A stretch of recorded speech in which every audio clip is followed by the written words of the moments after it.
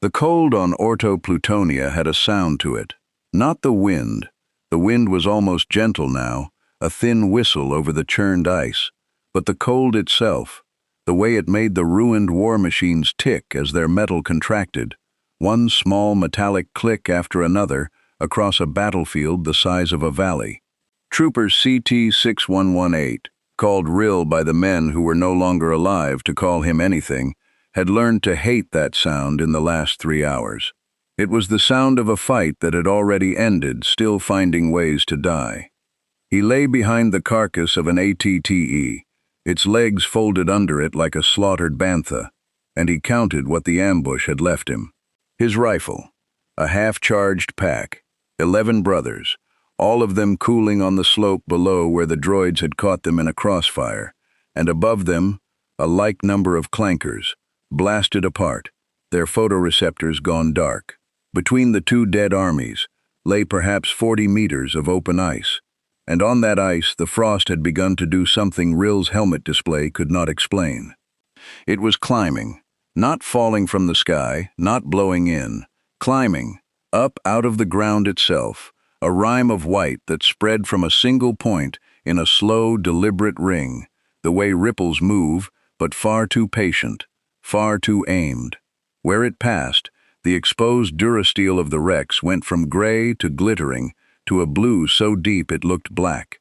Rill's breath had been fogging the inside of his visor for hours. Now it stopped fogging. The air had gone too cold even for that. "General," he said into his comm, though the general was 30 meters down the slope with a scorch through her chest and would not be answering. "General Halcor, something's happening on the field." The point at the center of the ring split. That was the only word Rill's mind could find for it, and even that was wrong, because a split is a thing that happens to a surface, and this happened to the air, to the space where nothing should be able to open. A seam of pale, sickly light drew itself vertical, and the cold that had been climbing turned in an instant to a wall, a pressure front of it that Rill felt roll over the ATTE's hull and reach him through his blacks like a hand laid flat against his spine. Frost furred the edge of his visor. His HUD stuttered, warnings cascading in orange. Environmental anomaly, temp sensor fault, and then a figure stepped through the seam and onto the ice of Orto Plutonia, and the display simply stopped trying to tell him anything at all. The figure was armored, but not in any pattern the Republic used or the Separatists built. Plate the color of old iron and deep cold, spiked at the shoulder, wrapped in a tabard the gray of a dead sky, a blade in one gauntleted hand, a great two-handed sword, longer than a man was tall, and along its length ran a script of blue fire, glyphs that hurt to look at directly, that seemed to be saying something just below the threshold of hearing. And the helm, a crown fused to a faceplate, jagged, and behind the eye slits, 2 points of light burned the exact blue of the frost that had spread across the whole valley to announce him. Rill had fought in 11 engagements. He had seen a Jedi cut a droid gunship out of the sky. He had seen his own general lift a fallen speeder off a pinned brother with a wave of her hand. He knew what it looked like when a thing that should not be possible happened, because someone had bent the Force to their will, and he knew this was not that. There was no reaching here, no strain, no gathering. The cold was simply what this being was, the way heat is what a sun is, and it had arrived, and now it was looking at the dead. It looked at the droids first. Rill saw the crowned head turn, unhurried, taking in the twisted clanker wrecks with the 2 blue points of its gaze. Then it looked at the clones, at Rill's brothers, cooling on the slope, and it raised the sword. There were no words. Later, when they debriefed the survivors, and there were survivors, though never as many as there should have been, the ones who could speak of it at all would say there were no words, no chant, nothing you could point to and call a spell. The crowned figure simply lifted Frostmourne and let the blue script along its edge flare brighter, and across 40 meters of frozen ground, the dead answered. Trooper Vesh sat up first. Rill knew it was Vesh by the kill tally scratched into his pauldron, 11 little marks, the same 11 Vesh had shown off in the mess 2 nights ago. Vesh had taken a bolt through the throat in the first 30 seconds of the ambush. Vesh's throat was still open, a black seam of frozen blood, and Vesh sat up on the ice with the stiff, wrong economy of a puppet finding its strings, and turned his helmet toward the crowned figure, and waited. Then Tun, then the twins, Ovar and Ander, who had never in life done anything separately, and did not now, rising together. Then the general, Rill's throat closed as General Halcor rose from the ice 30 meters down the slope, her lightsaber still clipped to her belt, her head lolling once before it came up level, and the light that had been in her, the warmth that a Jedi carried that you could feel across a room, was simply gone, and something else looked out through her.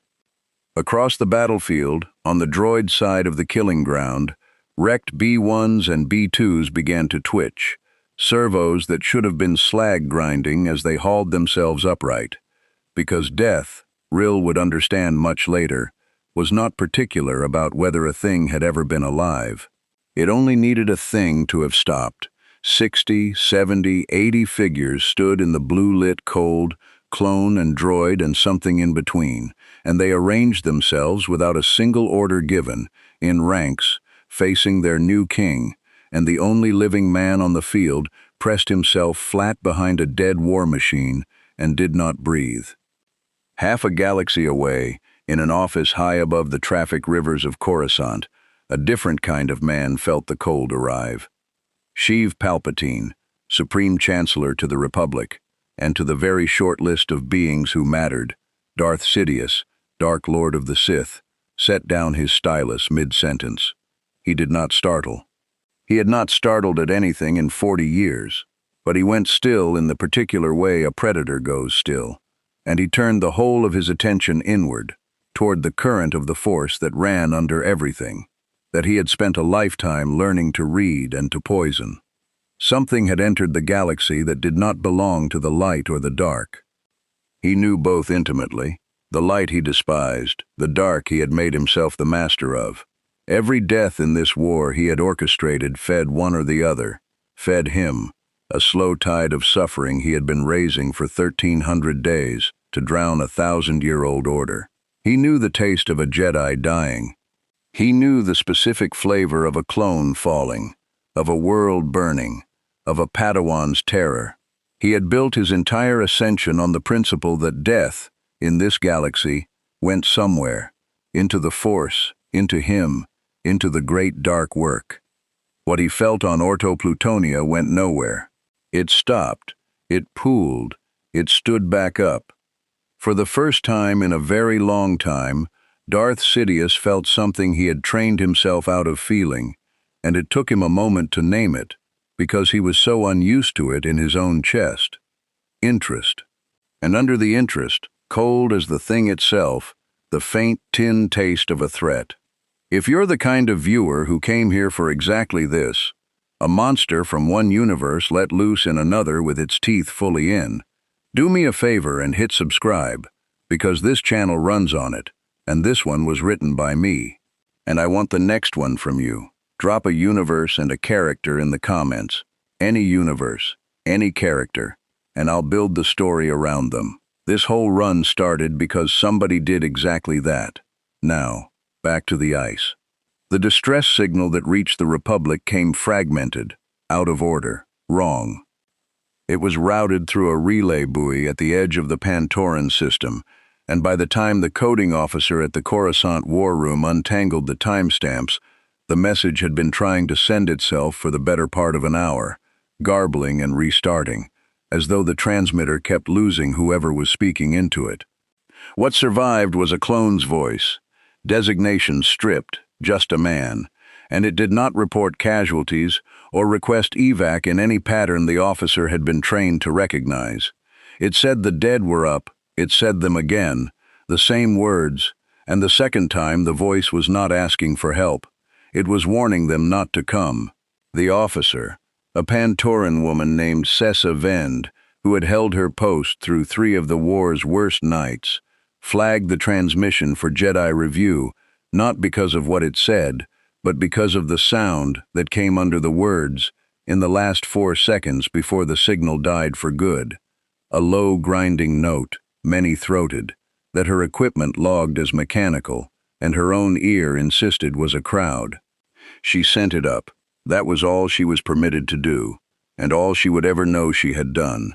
The war moved on around her desk, the way it always did. But the flagging of one garbled signal by one careful officer was the pebble that started the slide, because it put the recording in front of a Jedi, and the Jedi did not need to decode the timestamps at all. Master Plo Koon listened to it once, in a quiet chamber of the temple, and set the playback down before it finished. He had felt worlds die. He had held the failing minds of his own men across the void when their ships broke apart, had carried them into the Force with what comfort he could give. He knew what a death felt like from the inside of the current, the letting go, the return, the great rejoining that the Jedi did not fear because they understood it was not an ending. The men on that recording had died and not returned. He could feel the hole they had left, 40 light-years distant, a cluster of small absences where the Force should have closed gently over its own, like water over a stone. Instead, the water had been held back. The stones were still exposed.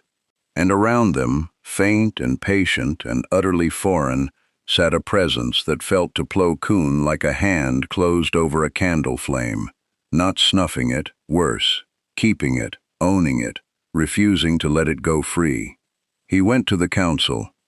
On Orto Plutonia, Rill did not move for 2 hours. He watched the crowned figure walk the field. It moved among the risen dead the way a farmer walks a field he has planted, unhurried, occasionally pausing. Once it stopped before the thing that had been General Halcor, and reached out one gauntleted hand, and the general's borrowed body tilted its head as though listening. Rill could not hear what passed between them, if anything passed at all, but he saw the general's dead hand go to her belt and unclip her lightsaber and offer it up, hilt first, and he saw the crowned figure consider the small silver cylinder for a long moment before closing its fingers around it. The blade did not ignite. It simply vanished into the being's grip, taken, filed away, another thing collected on a day of collecting. The cold never lifted. If anything, it deepened as the sky darkened, and Rill understood that he was going to die here. Not fast, the way his brothers had, but slow, the temperature crawling down past what his blacks could hold, and that the crowned king of this dead field would very likely not even need to notice him do it. He would simply stop, and then he would stand up, and turn, and wait for the sword. That was the thought that finally moved him. Not fear of dying. He was a clone. Dying was the shape of his whole short life, but the certainty that his death would be taken from him, that whatever he was would not go where the general had always promised it went, back into the great warmth she said held all of them whether they could feel it or not. He would end, and then he would serve, and there would be no line between the two. So Rill crawled. He went backward on his elbows over the ridge behind the ATTE, out of the sightline of those blue eyes, down into a shallow draw where the ice had drifted, and he began the long crawl toward the extraction point his dead general would never reach, and he did not once let himself look back at the light of the crown. He would make it.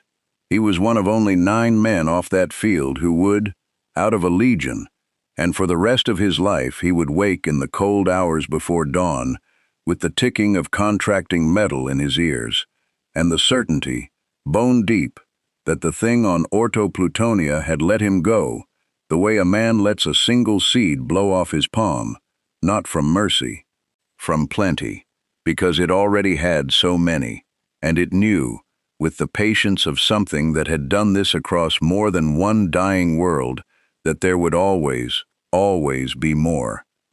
Behind him, on the ice, the Lich King lowered Frostmourne and turned his gaze upward, past the thin atmosphere, into the dark where the lights of a galaxy at war burned in their thousands, a galaxy that killed itself by the shipload every single day, that had been doing so for 3 years, that had rendered its own dead into a resource so vast the mind recoiled from counting it. He had crossed a great distance to arrive here. He did not yet know the names of its factions, its force, its Sith, but he knew a harvest when he stood in one, and somewhere behind the frozen faceplate, in a mind that had once belonged to a prince who wanted only to protect his people and had damned them instead, the Lich King looked at all that death waiting to be gathered, and was, in his way, home. The High Council chamber occupied the top of one of the temple's 4 lesser spires, a round room ringed with tall windows, and at this hour, the light coming through them was the particular bruised gold of a Coruscant evening, the sun going down behind 10,000 towers, so that the whole sky seemed built rather than born. 12 seats stood in a circle. Not all were filled. The war scattered the council across 100 fronts, and empty chairs had become as familiar as occupied ones. But enough sat here now, in flesh or flickering blue as holograms, that the room held the weight of the Order's judgment. Mace Windu had felt the disturbance before Plo Koon brought the recording. He had felt it the way you feel a draft in a sealed room, a wrongness with no visible source, a sense that some door which ought to be shut had come open somewhere far off. He had said nothing, because a Jedi did not report a draft. But when Plo Koon set the little playback unit on the low table at the center of the circle and let the clone's warning fill the chamber, "The dead are up, the dead are up, don't come," Mace understood that the draft and the recording were the same thing, and that the door was very far open indeed. "Play again the last of it, you should," Yoda said. He sat small and still in his seat, clawed hands folded over the head of his gimmer stick, and of all of them, he looked the least troubled and was, Mace knew, the most. 900 years had taught Yoda to wear stillness over alarm the way other beings wore clothes. Plo Koon touched the unit, and the grinding sound came again, that many-throated mechanical note that Sesa Ven's equipment had logged and could not explain, and in the quiet of the chamber, every Jedi present bent their attention toward it and past it, reaching down the current of the Force toward its source. The reaching was a mistake, though a small and recoverable one. Anakin Skywalker, standing at the edge of the circle where a knight stood when the Masters sat, felt it first because he was the strongest and the least guarded. He reached, found the cold place 40 light-years off, and flinched back so hard that his mechanical hand closed on the back of an empty chair and dented the frame. "Easy," Obi-Wan murmured beside him, but Obi-Wan's own face had gone the color of the ash under a dead fire, because it looked back. That was the thing none of them had a category for, and Mace saw the same understanding move around the circle, master to master, a ripple of recognition and refusal. When a Jedi reached toward a place of death, the death did not notice. The dead had gone. There was nothing there to notice with. You reached toward an absence and felt the shape of what had left. That was the whole nature of the exercise. Grief made bearable by the certainty that the grieved for had passed through, into the thing that held them all. What sat on Orto Plutonia noticed. When Plo Koon and Mace and Yoda and the flickering holograms of Obi-Wan's fellow counselors turned their attention down the current toward it, the cold place turned its attention back, a slow, vast, patient regard, like the eye of something enormous, opening at the bottom of a well. And the sensation of being looked at by it was so wrong, so contrary to everything the Force had ever taught them death was, that Depa Billab's hologram broke for a moment into static as her concentration fractured, and even Yoda's ears drew back flat against his skull. "It kept them," Plo Koon said into the silence. His voice, filtered through his Antioch's mask, was very level, and the levelness was an effort Mace could feel. The men who died on that world, they did not return to the Force. He is holding them, all of them, and... He paused. And it is still holding. It has not stopped. It is holding them the way a fist holds water, and it does not tire. A dark side power, said Ki-Adi-Mundi's hologram. His long face was drawn. Necromancy. There are records. Old, forbidden. The Sith of the ancient wars raised armies from the fallen. Naga Sado, the Emperor Vitiate. This is not without precedent. No. The word came from Yoda, quiet and absolute, and the chamber turned toward him. Felt Sith sorcery I have. Long ago when young I was, and the archives held things since walled away.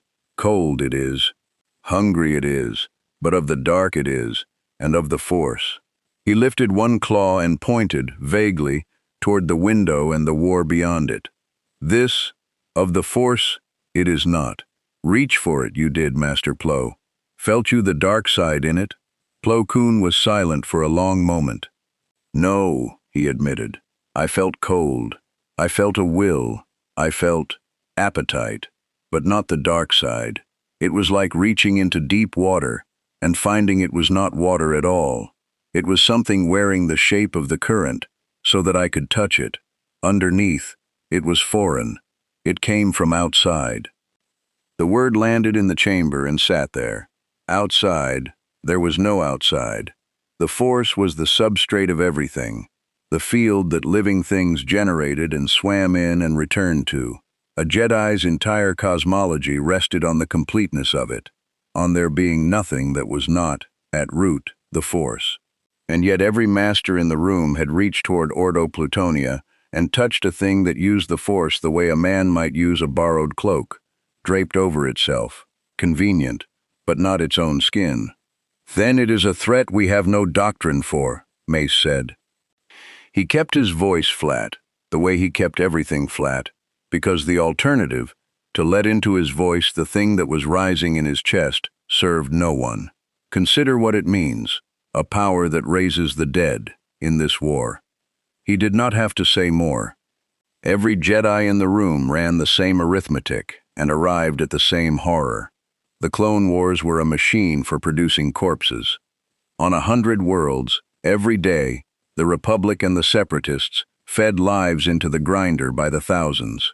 Clones, droids, civilians, Jedi.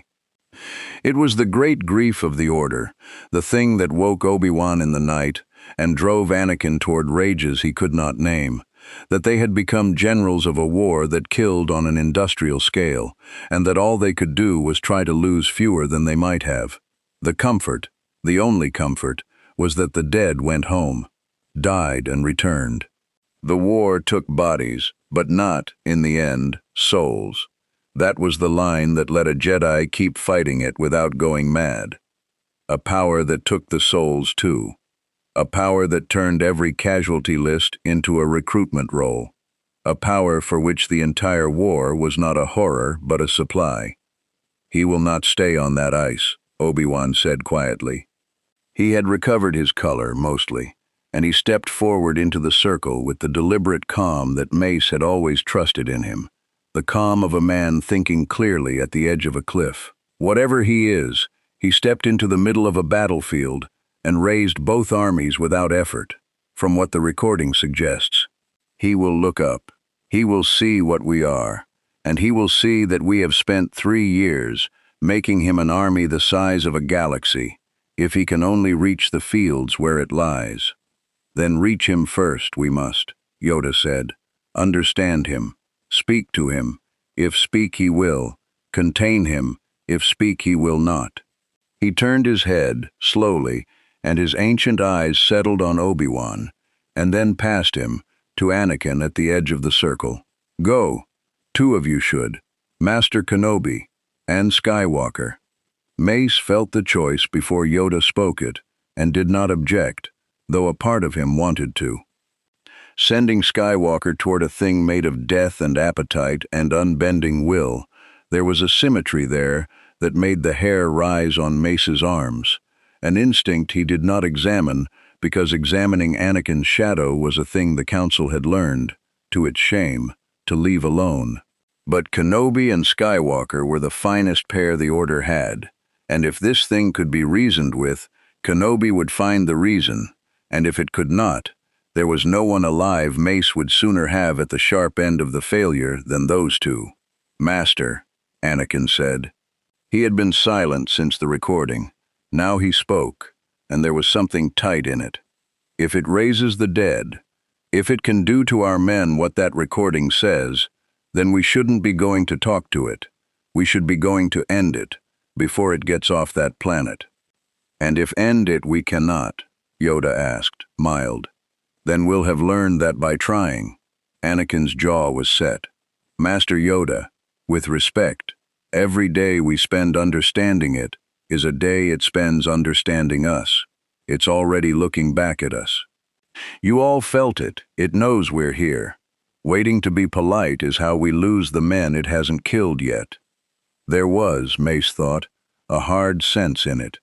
There was always a hard sense in what Anakin said. That was what made him so difficult and so valuable at once. He cut to the killing edge of a problem faster than any Jedi Mace had trained beside, and he was right more often than the Council liked to grant.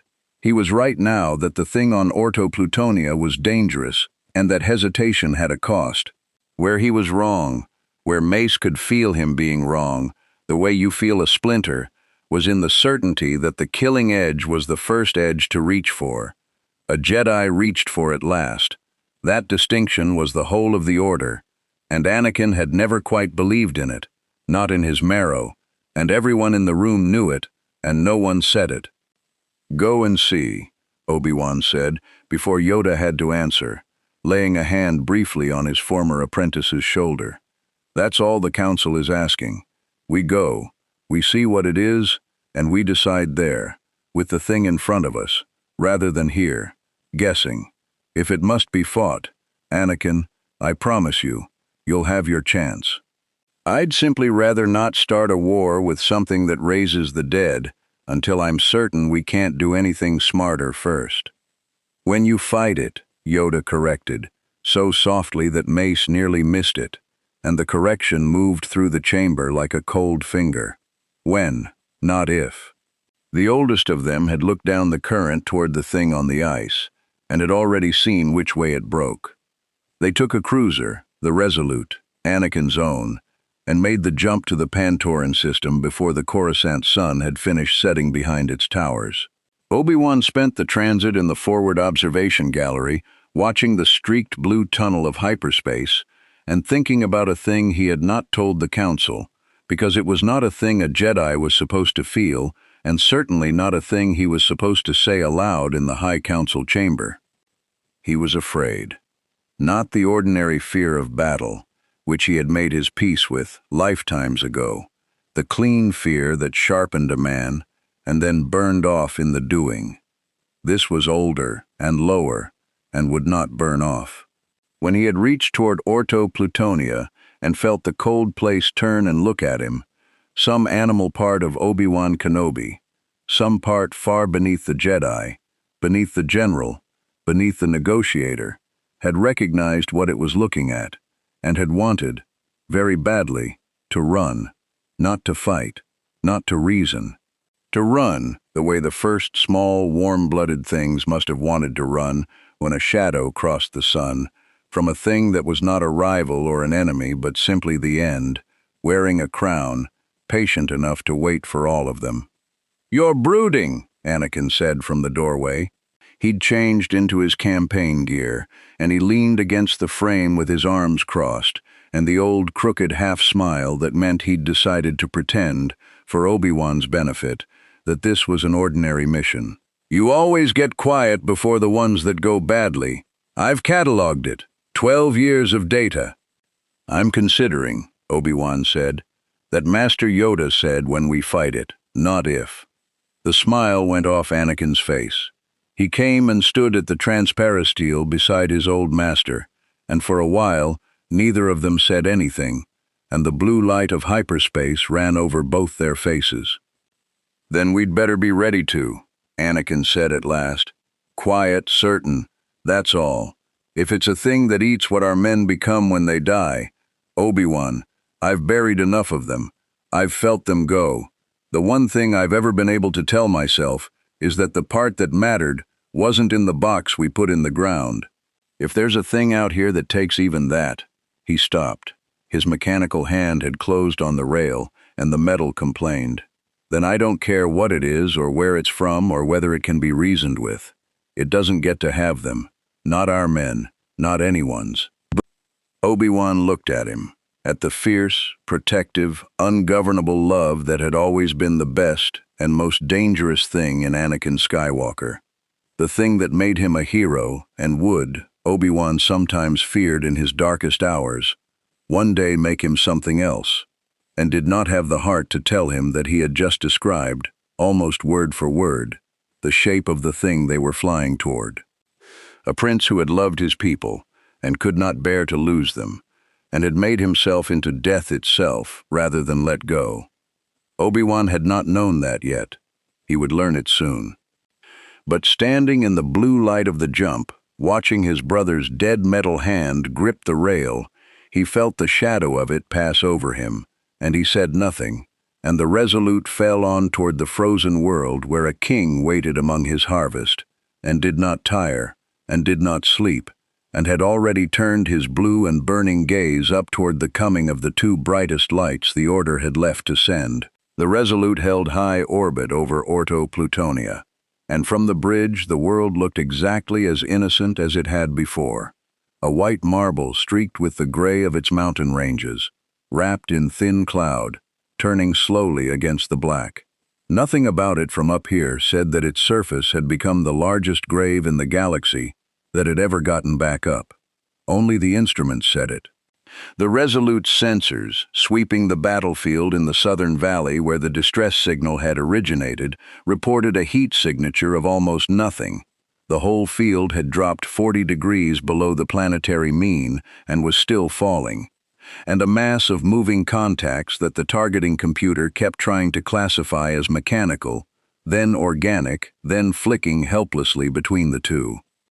240 individual contacts, Admiral Ularen said, reading from the display with the clipped disapproval he brought to everything that failed to behave. And climbing. It was 90 when we dropped out of hyperspace, General. It has more than doubled in the time it took us to establish orbit. He looked up. They are not coming from anywhere. There is no reinforcement, no transport. The number simply increases. Because the field still got dead on it, he hasn't gotten to yet, Anakin said. He was watching the display with his arms folded, and his voice had the flat quality Obi-Wan had learned to listen for. He's just working through them, like a man clearing a table. Then we should go down before he finishes the table, Obi-Wan said. Admiral, hold the fleet here. No bombardment, no troops, whatever you see on those sensors. If this goes the way I'd like, 2 Jedi walk down and 2 Jedi walk back up, and nothing else happens at all. Ularen's expression conveyed with great economy what he thought of the odds, but he inclined his head. And if it goes the way I expect, General, then you'll know, Obi-Wan said, because we'll tell you to run, and you won't argue. They took a single gunship down, Anakin flying, and no clones. That had been an argument, brief and one-sided, because the pilot and gunners who'd been assigned had watched the sensor display too, and Obi-Wan had seen no reason to bring living men down to a field that turned the dead into soldiers when 2 of them could do the seeing alone. Anakin set the ship down on the ridge above the valley, on the far side from the killing ground, and they went the rest of the way on foot, over the churned ice, and the cold came up to meet them long before the field did. It was not natural cold. Obi-Wan had fought on ice worlds. He knew what a planet's own winter felt like, the clean, brutal indifference of it. This was different. This had direction.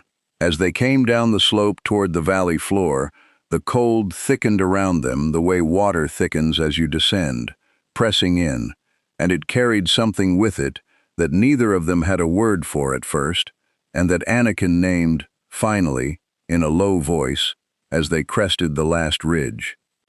They're not making any sound, he said. 200 of them. Listen. Obi-Wan listened. Below them, spread across the valley floor in ranks that no living army would have kept so perfectly still, stood the dead.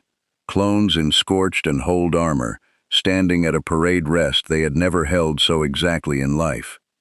Battle droids, their frames shattered and half-melted, upright and motionless, their photoreceptors relit to the same cold blue. Here and there a thing that had been a Pantoran auxiliary, or a beast native to the ice, folded into the ranks without distinction. 200 and more, and not one of them made a sound. No shift of weight, no clink of gear, no breath, because none of them breathed. They stood in the killing cold and waited, and the silence they made was the loudest thing Obi-Wan had ever stood inside.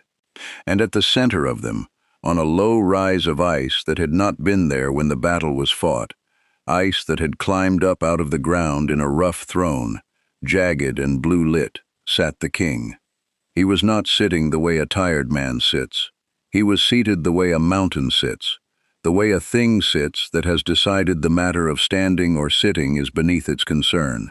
Frostmourne lay across his armored knees, the blue script along its length pulsing slow, and the 2 points of light behind the crowned faceplate were fixed on the ridge where the 2 Jedi had appeared, and had been fixed on them, Obi-Wan understood with a lurch, since before they had crested it. He had known they were coming. He had been watching them come. Far enough, Obi-Wan murmured, and stopped, perhaps 40 meters out, at the edge of the ranks. Anakin stopped a half-step behind and to his right, his hand not on his saber but very near it. "Let me talk. Talk fast," Anakin said, under his breath. Obi-Wan spread his empty hands, a gesture of peace older than the Republic, and raised his voice into the killing silence. "I am Obi-Wan Kenobi, of the Jedi Order.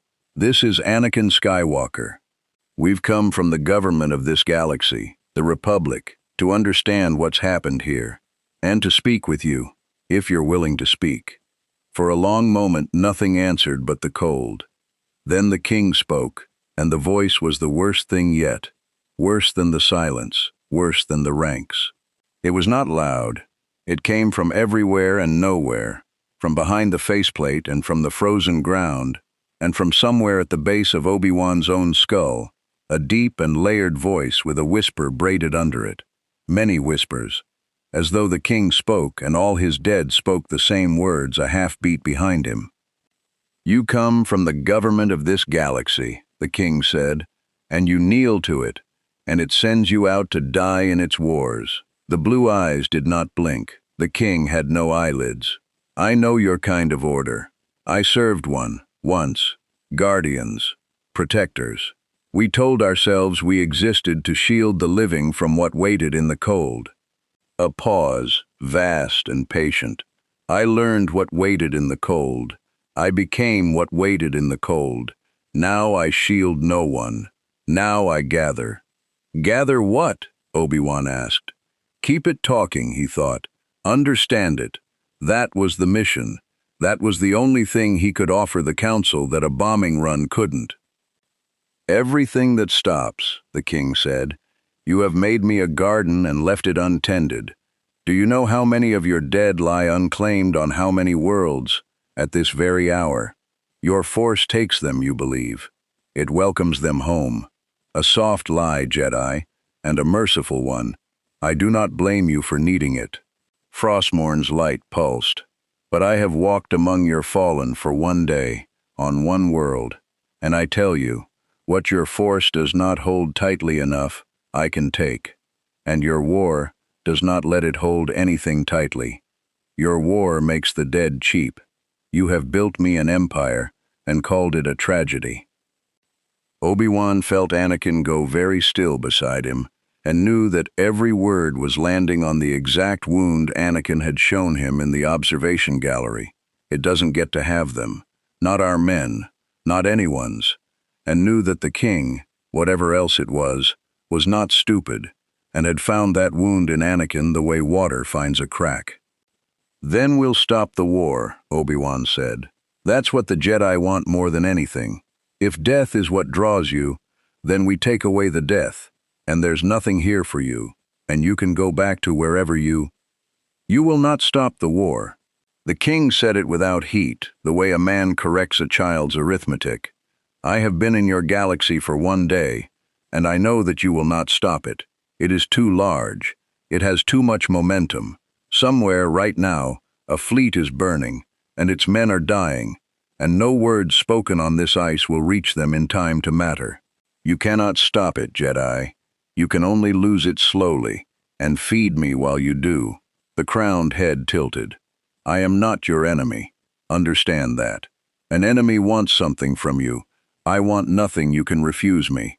I am simply what comes after, and your galaxy has arranged, with tremendous industry, to produce a very great deal of after. Enough, Anakin said. Obi-Wan felt it happen a half-second before it did, felt the decision crest in his brother the way you feel a wave lift under a boat, and had time only to say, Anakin, before Anakin stepped forward past him, into the ranks of the dead, and lit his blade. The blue lightsaber snapped to life, and its light was warm. That was the thing Obi-Wan noticed even then, in the middle of everything, that the honest blue of Anakin's blade was a warm blue, a living blue, next to the drowned cold blue of the king's eyes and script and risen dead.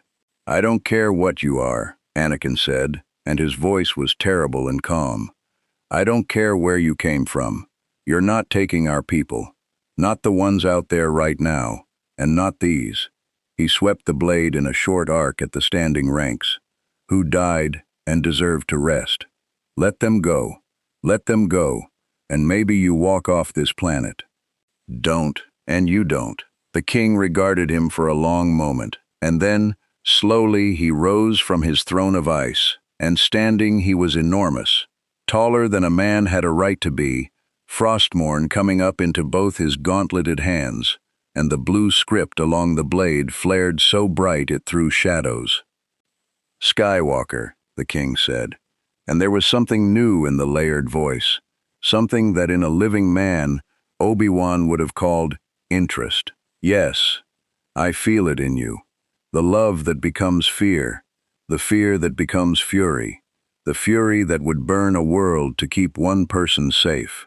The whispers under the voice rose, hungry. I know that road, boy. I walked it to its end. Come then, let me show you where it goes. He came off the rise of ice in a single stride that crossed 10 meters, and Frostmourne came down, and Anakin met it. The sound of the two blades meeting was wrong. A lightsaber against anything ordinarily made the sharp electric snap hiss of contained plasma. Against Frostmourne, it made a sound like a bell struck underwater, deep and bad, and where the plasma edge met the rune blade, it did not cut. Anakin's blade skated off the flat of the greatsword in a spray of blue-white sparks, and the shock of it ran up his arms, and Obi-Wan saw his brother's boots slide back a full meter across the ice from the sheer weight behind the blow. The lightsaber should have sheared through. It sheared through Cortosis weave and Beskar with effort. It should have gone through a length of frozen metal, like it wasn't there. It did not.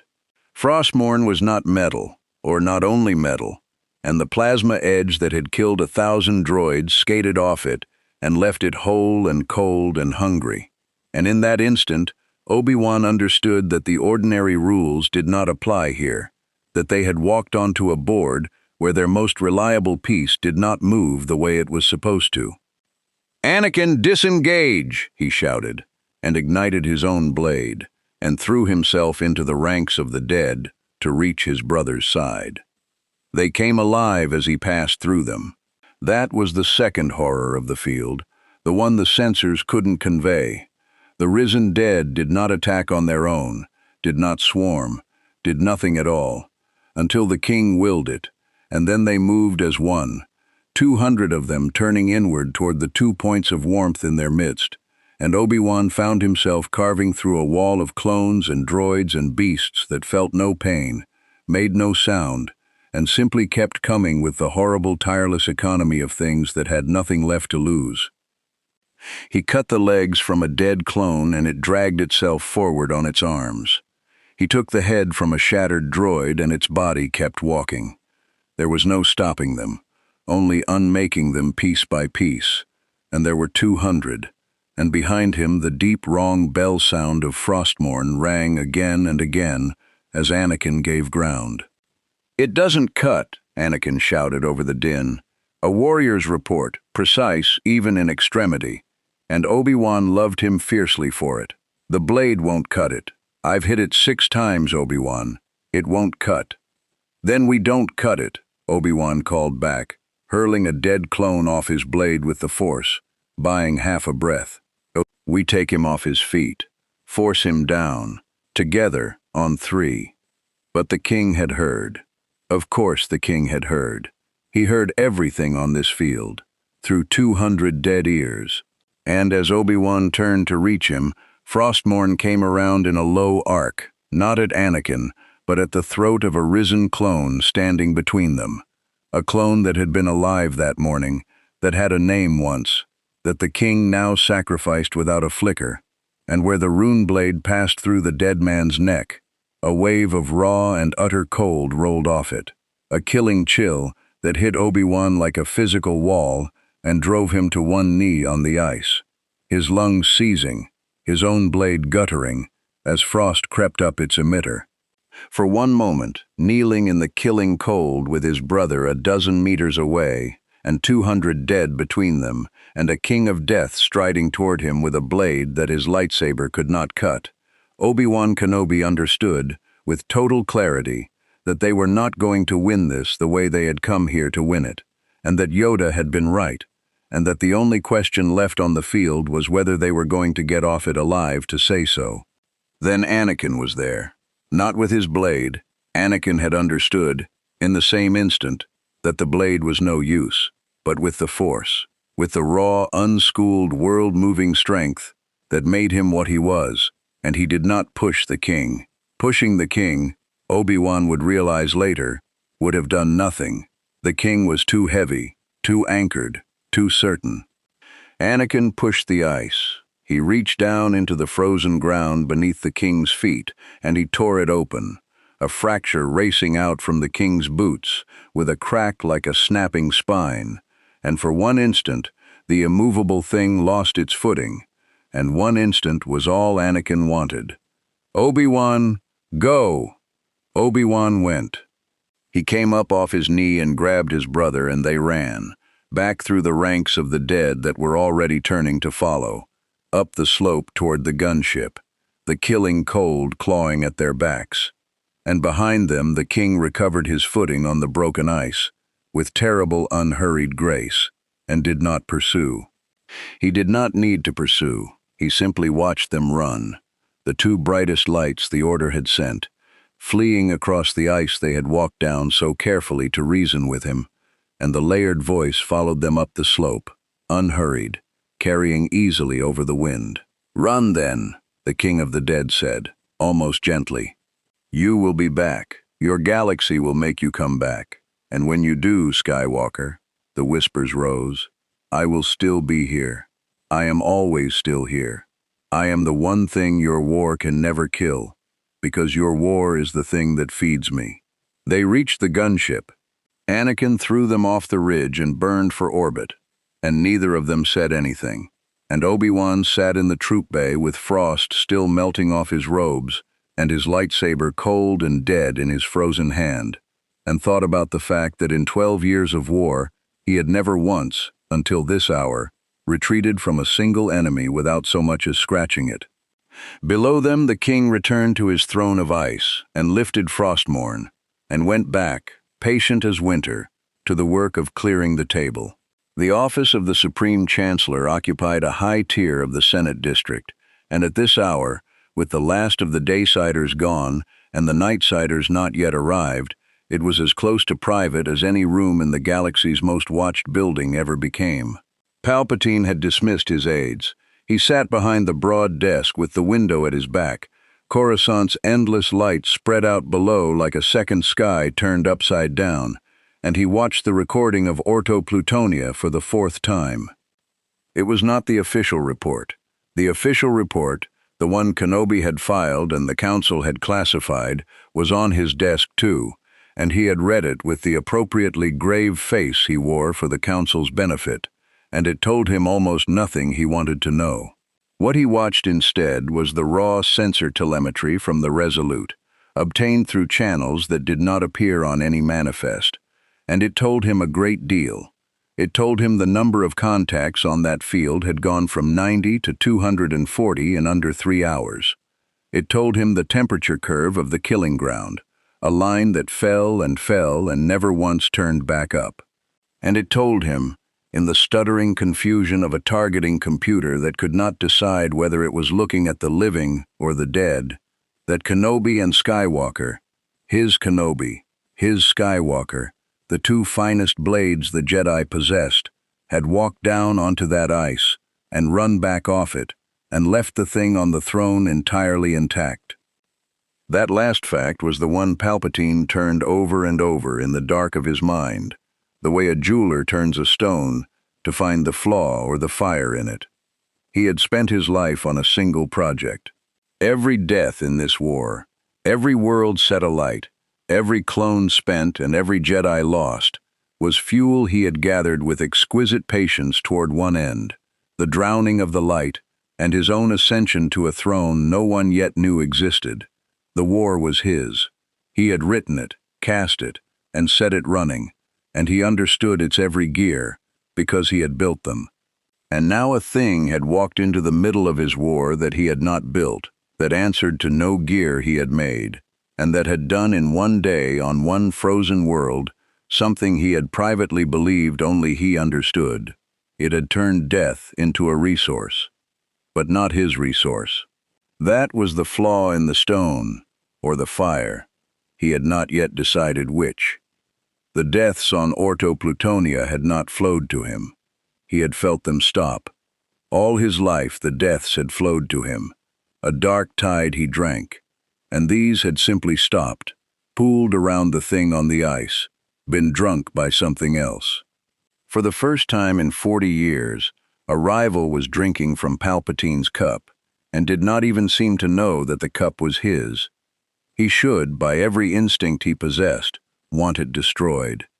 And yet, Palpatine let the recording run to its end, the two smears of Jedi warmth fleeing up the slope, the cold thing settling back onto its throne, and he laced his fingers, and he permitted himself the luxury, alone in the dark, of thinking the thought all the way through. A power that raised the dead, a power his own two best Jedi could not scratch, a power foreign to the Force, immune to the reach of the Council, that turned every corpse this war produced into a soldier. Imagine it aimed. Imagine that thing on the throne pointed at the Jedi Temple, at the Republic fleet, at whatever remained standing after Palpatine's own designs had run their course. Imagine an army of the galaxy's dead, marching under a crown, and every Jedi that army killed, rising again to march beside it. There was a version of the future, he could see it, gleaming and terrible, in which the thing on the ice was not a rival at all, but the sharpest instrument that had ever fallen into his reach, a scythe he need only learn to hold. There was another version. In that one, the thing on the ice looked up from its harvest and saw a galaxy full of the dying, and did not stop at the Jedi, did not stop at anything, kept gathering, patient and tireless, until the crown sat over a galaxy of corpses, and there was no throne left for Sheev Palpatine to ascend to, because there was no living soul left to rule. That version had a quality the first did not, a quality Palpatine had spent his whole life on the giving end of, and almost never the receiving. It did not want anything. You could not bargain with a thing that did not want. You could not offer it power, because it already gathered power the way a glacier gathers stone. Without appetite you could feed, or fear you could exploit. And a thing that could not be bargained with could not, in the end, be controlled, only used until the moment it turned, and then survived, if you were quick or not. Palpatine had built an empire in his mind, on the certainty that everything wanted something, and that he was the finest reader of wants who had ever lived. The thing on the ice frightened him. He was honest with himself, in the dark, as he was honest with no one else ever. precisely because it wanted nothing, and so gave him nothing to hold. He would have to learn what it was before he decided what to do with it. And he would have to do so without the Jedi knowing he had taken an interest, and without his apprentice knowing either. Dooku was useful, but Dooku's pride made him clumsy with things he did not understand, and Palpatine did not want the Count blundering toward the throne of ice with a separatist fleet, and forcing the question before Palpatine was ready to ask it. Which meant, he thought, and here the old pleasure returned, the pleasure of the game, of moving pieces across a board only he could see whole, that he must make certain Dooku blundered toward it in exactly the way Palpatine chose. He keyed his private comm. The hologram of Count Dooku resolved above the desk a few minutes later.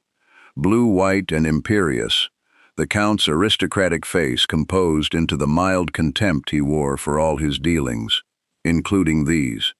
He stood, wherever he was, in the manner of a man who had never in 80 years been kept waiting and did not intend to begin. "Master," Dooku said. The word was a formality between them, layered, as everything between them was layered. "You called at an unusual hour. I trust the Republic has not managed to inconvenience you." "The Republic inconveniences me hourly, my friend. That is its function." Palpatine's voice had changed the instant the hologram formed. Gone was the tired Chancellor. Here was the other voice, the one only 3 or 4 living beings had ever heard, low and smooth and cold as oil. "But I called about a different matter. Something has entered the war that concerns us both. A world called Ordo Plutonia, in the Pantoran system. Are you aware of what happened there?" Dooku's expression did not change, which told Palpatine he was aware and had been keeping it to himself. A small treason, entirely expected. "We lost a battle group there," the Count said. "A minor engagement. The Republic lost one to match it. The reports since have been irregular. My commanders speak of the field going dark. I assumed sensor failure. Ice worlds are treacherous to instrument." It was not sensor failure. Palpatine let the words sit. "A power has arrived in the galaxy, Count. From outside it, I believe.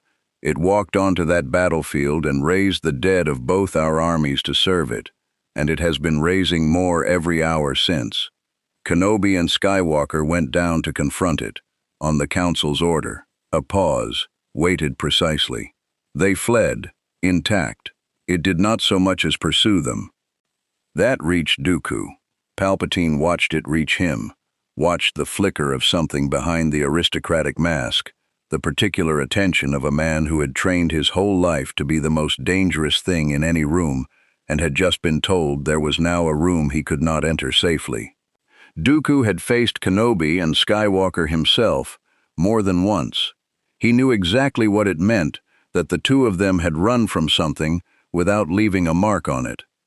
"Then it should be destroyed," Dooku said, and there was, under the smoothness, the faintest thread of unease that Palpatine noted with satisfaction. "Whatever it is, a power that raises the dead, in a war such as this, the strategic implications are intolerable to either side. I will dispatch a fleet, General Grievous." "You will not," Palpatine said gently, and Dooku stopped. "Not yet. Consider, my friend, a power your enemy's finest cannot scratch, a power that turns the dead into soldiers. If it can be understood, if it can be courted, it is worth more to us than 100 victories won the ordinary way. The Republic will try to destroy it, because the Jedi are frightened, and the Jedi always reach for destruction when they are frightened, whatever they pretend. Let them. Let them break their fleets against that frozen throne. And while they do, you will send an emissary, not a fleet, an emissary, someone with the wit to speak to a king and the strength to survive being spoken to. You will find out what it wants, and if it wants nothing," Palpatine smiled, thinly, into the hologram's cold blue light, "then you will find out what it fears. Everything fears something, Count, even death, especially death. Find me the thing that the King of the Dead is afraid of, and bring it to me, and let the Jedi bleed themselves white against him in the meantime. Do you understand the shape of what I am asking?" Dooku understood. Palpatine watched him understand, watched the strategist in him seize the elegance of it. Let the enemy exhaust himself against the immovable thing, court the immovable thing quietly, and either turn it into a weapon or find its one weakness and hold that weakness in reserve. It was, Palpatine thought, a beautiful instruction, and its true beauty was the part he had not said aloud, that whatever Dooku learned would flow back to Palpatine alone, and that Dooku, in courting the king, might well be the one to bleed white, and that this too would suit Palpatine perfectly, because an apprentice who had grown as proud as this one had a way of outliving his usefulness, and a king of the dead was as fine a means of retirement as any Sith Lord had ever arranged. "I understand, Master," Dooku said. "I will select the emissary personally." "Select well," Palpatine murmured. "A king who cannot be bargained with is still a king who can be learned. And a thing that is learned is a thing that is, in time, owned." He let the smile widen a fraction. "We are the only two beings in this galaxy who truly understand what death is for, Count. It would be a shame to let an amateur, however gifted, decide the question in our place." The hologram bowed and vanished, and Palpatine sat alone again in the dark of his office, the light of Coruscant burning at his back, and he permitted himself one last thought before he composed his face back into the Chancellor's and returned to the business of the Republic he was strangling by inches. He had told Dooku that everything feared something, even death. He had said it with total conviction, because a Sith Lord did not show doubt, even to himself, even alone. But down beneath the conviction, in the cold place where Sheev Palpatine kept the truths too dangerous to look at directly, a small and unfamiliar worry had taken up residence and would not leave. He had reached toward the thing on the ice, once, carefully, the day it arrived. He had brushed the edge of it with the whole of his considerable art, the lightest touch, looking for the want or the fear that every living and unliving thing eventually gave up to him. He had found neither. He had found only the cold and the patience, and, this was the thing that would not leave, the sense, faint and unmistakable, that the cold had felt his touch, and considered it, and filed him away, not as a rival, not as a threat, as a resource, as one more warm and dying thing in a galaxy full of them, marked and noted and set aside, to be gathered later, when the king got to that part of the table. Palpatine had spent 40 years being the one who marked others and set them aside. He did not enjoy the novelty of the reverse. The medical station Haven Reach orbited a nameless star at the quiet edge of the mid-rim, far from any front, and that was the whole point of it. It was where the war sent the ones it had used up, not the dead. The dead went into the ground or the void, or, on a good day, home. Haven Reach took the living wreckage, the clones with burns that Bacta could soothe but not erase, the ones whose minds had come apart under fire, the amputees waiting on cybernetics, the long-term cases the frontline stations couldn't spare a bed for. It was a place of slow recovery and slower dying, staffed by medics and med droids and a handful of Republic volunteers, and nothing had ever happened there, which was exactly why the men called it Haven and meant it. Nala Se would have said, if anyone had asked her, that Haven Reach was the safest posting in the sector. Nala Se was a Kaminoan, one of the cloners, seconded here to oversee the more delicate cybernetic cases, and she trusted numbers above all things, and the numbers said Haven Reach had not seen a hostile contact in the entire war. She was standing in the primary ward, reviewing a trooper's nerve graft schematics on a datapad, when the numbers began, very quietly, to be wrong. The trooper in bed 9 had died in the night. That in itself was not remarkable. Men died at Haven Reach. It was half of what the place was for, and the duty medic had logged it and flagged the body for the morning collection and moved on to the living. What was remarkable What pulled Nala Se's long neck up from her datapad was that the body in bed 9 had a heart monitor still attached, and the heart monitor, which had flatlined at 0340, had begun at 0417 to register something. Not a heartbeat. The line did not resume its old rhythm. It registered a slow, cold, arrhythmic pulse, once every 11 seconds, that no living heart had ever produced, and that the machine's software had no category for, and so displayed as a fault. Nala Se crossed the ward on her long legs and stood over bed 9 and looked down at Trooper CT-2255, who had died in the night of complications from a chest wound taken on Christophsis 4 months prior, and whose eyes were now open. They were the wrong color. Nala Se was not a being much given to fear. Her people had engineered fear out of themselves, along with a great many other inefficiencies, and she regarded her own alarm, when it came, as a data point rather than an emotion. But she took one step back from bed 9, and then another, and she keyed the emergency comm on her wrist, and she was already speaking into it. Containment protocol, primary ward, isolate and seal, when Trooper CT-2255 sat up, and the frost bloomed across the inside of the transparisteel viewport behind him, and Nala Se understood, with the cold clarity her people prized, that the safest posting in the sector had just become the second front of a war no one had declared. It had gotten off the planet. That was the fact the galaxy took days to assemble, and the Jedi took hours, because the Jedi could feel it, and what they felt was that the single cold wound on Orto Plutonia had ceased to be single. It had a second point now, then a third, then a scatter of them, spreading not by fleet or by march, but by the one vector no blockade could stop, the dead themselves. A body shipped home for burial, a casualty transport limping to a rear area station, a morgue barge running its slow circuit of the front. The plague of undeath did not need to conquer territory to travel. It only needed a corpse, and the war produced corpses the way a factory produces its product, and shipped them everywhere, on 1,000 routine flights the king had never touched and never needed to.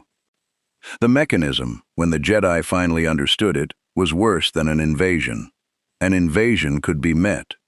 This was closer to a contagion running along the galaxy's own circulatory system, the vast, mundane logistics of a war's dead, and it turned every one of the Republic's own funeral flights into a potential carrier.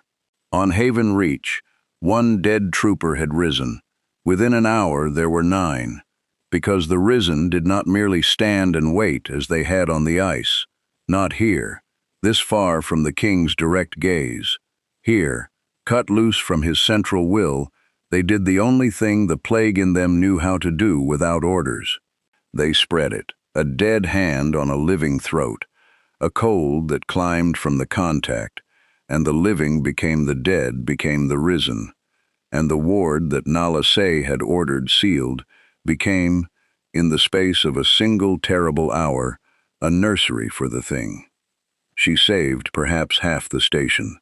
She did it by being a Kaminoan, by refusing, even with the cold spreading toward her, to let alarm override arithmetic. She understood before anyone else that the contagion moved by contact and by contact only, that it did not leap across a sealed door, that a body burned to ash did not rise. And so while the med droids fell and the volunteers ran and died, Nala Se stood at the station's central controls and did the coldest sum of her long life.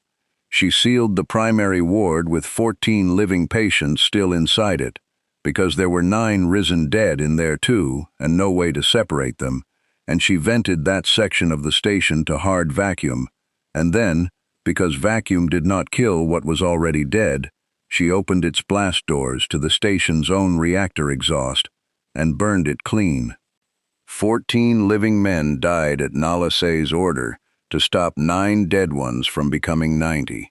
She logged it as she did it, precise to the second, and she did not weep, because her people did not, but her hand on the controls was not perfectly steady, and she noticed that it was not, and filed the observation, and did the sum anyway.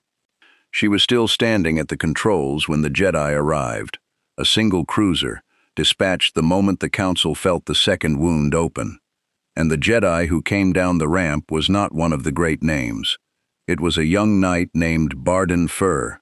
No, it was a Nautolan knight named Sion Jysel, sent because she was the nearest, and she walked into the smoke and frost ruin of Haven Reach and found a Kaminoan cloner standing at a control panel amid the ash of the men she had burned. And Sion Jysel understood, looking at Nala Se's face, that she had come to a place where the war had already shown its new shape, and that the shape was not one any of them had a doctrine for. "You stopped it," Sion Jysel said. "It was not quite a question." "I contained it," Nala Se corrected. She did not turn from the panel. "There is a difference, Knight. I contained one outbreak on one station by killing everyone in the affected section, living and dead alike, because I could not tell your order's medicine how to separate them, and there was no time to learn." Now she did turn, and her large dark eyes found the Jedi's. "There will be other stations. There will be casualty transports, and morgue barges and burial details across the whole of this war, and each one is a station like this one waiting to happen. You cannot vent them all. Do you understand what I am telling you? The thing on that ice world does not need to send an army. Your war is its army. Every man who dies is a soldier it has recruited, and you ship them everywhere, and you have been shipping them for 3 years, and you will keep shipping them, because that is what one does with the dead. It moves in your own grief. It travels on your own decency." Her voice did not rise. It was the flat, terrible calm of a being reciting a proof. "You will have to change how you treat your dead, Jedi. All of you. Every death, from this hour, must be burned to ash where it falls, or it becomes his. That is the arithmetic. I do not think your people will accept it until a great many more of them are dead, but that is the arithmetic." Sion Jysel had no answer to that. There was no answer to that. She stood in the ruin of Haven Reach and felt the enormity of it settle over her. Not the horror of one station, but the horror of the system, the way the king had reached into the galaxy's most human and inviolable right, the care of its fallen, and turned it into a delivery mechanism.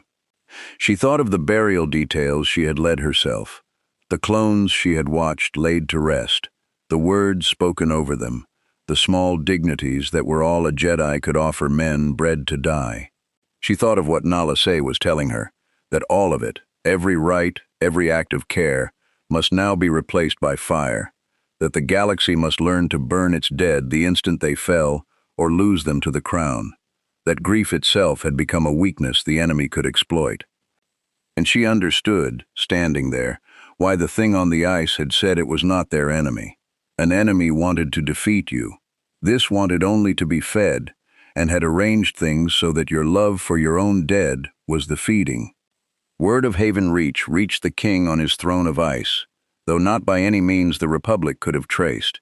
He felt it, the small, cold point of the station winking out, the risen dead there burned back to true death by the Kaminoan's fire, the outbreak contained. He felt the loss of it the way a man feels a single coin fall from a heavy purse, noted, unmourned, irrelevant to the weight of what remained. The Kaminoan had understood him. He felt that too, faintly, across the distance, a mind cold enough to do the arithmetic he presented, and act on it without flinching. He approved of her, in the abstract, dispassionate way he approved of anything now. She had grasped the true nature of the thing faster than the Jedi, faster than the Sith who watched him from the shadows of the galaxy's capital. She had understood that he did not need to win battles. He needed only to exist, patiently, while a galaxy at war did what wars did, and shipped him his recruits in their thousands, wrapped in flags, wept over, carried home. Let them burn their dead then. He was not troubled. A galaxy could burn its dead at the front, with discipline, for a while. But discipline failed. It failed at the rear, at the overwhelmed field station, at the transport that could not spare the fuel for a pyre, at the grieving world that could not bear to burn its sons to ash, and buried them whole in the old way, despite every order. It failed wherever love outran arithmetic, and love outran arithmetic somewhere in a galaxy this size every single hour of every single day. The king settled deeper on his throne, Frostmourne across his knees, and turned his blue and burning gaze inward, toward the slow, patient work of a mind that had all the time there was. Somewhere out in the dark, a Sith emissary was being chosen to come and court him. Somewhere else, a Jedi fleet was being marshaled to break itself against his ice. He knew both were coming, the way he knew the cold was cold. He did not fear either. He had learned across more than one dying world the one truth that made him what he was, and made him unbeatable by the ordinary means a galaxy knew how to bring. You did not have to defeat the living, you had only to outlast them. And of all the powers loose in this galaxy far from home, the Force, the fleets, the Sith, the crown of a fallen republic, the Lich King alone had never once, in all his long, unending existence, needed to be anywhere on time. He simply waited, and the dead came to him. Dathomir hung red in its own sky, a world the rest of the galaxy had learned to leave alone. Its jungles steamed under a bloated crimson sun. Its mists carried spores and spirits in equal measure. And in the deep places where the rancors denned and the standing stones leaned at angles no wind had made, the Night Sisters kept the oldest magic in the galaxy that was not the Force and was not quite anything else. They called it the Ichor of the world, the green fire, the gift of the dead who never fully left. They wove it into curse and glamour and resurrection, and they had done so for longer than the Jedi Order had existed, and they answered to no council, no senate, no Sith. Mother Talzin felt the king before she knew what he was.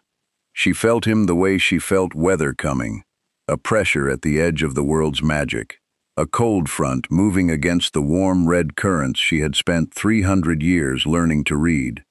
The green fire of Dathomir was a magic of the dead, but it was a warm magic in its way. The spirits it drew on were the sisters who had gone before, present and near, woven into the living coven like threads into a tapestry, death made continuous with life. What Talzin felt approaching was the opposite of that.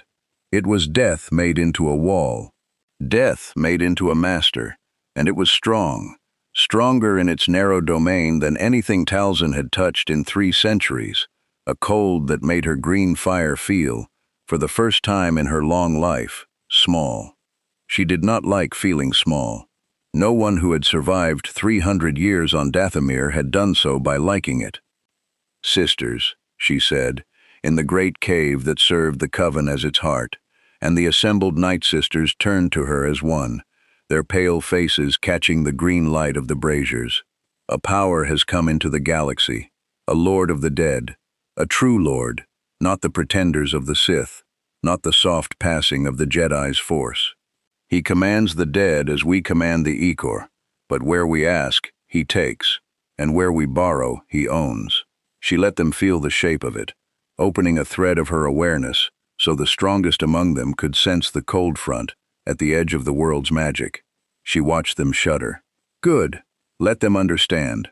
He is coming into his strength in our galaxy, and a power like that, sisters, is a thing we must reckon with before it reckons with us.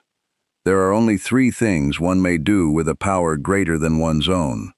One may kneel to it, one may contest it, or one may bind it. Tonight we decide which." The debate in the great cave went long, and it went the way debates among the Night Sisters always went, with old rivalries surfacing under new words, with the young ones bold and the old ones wary, with the green fire flickering in the braziers as if it too were arguing.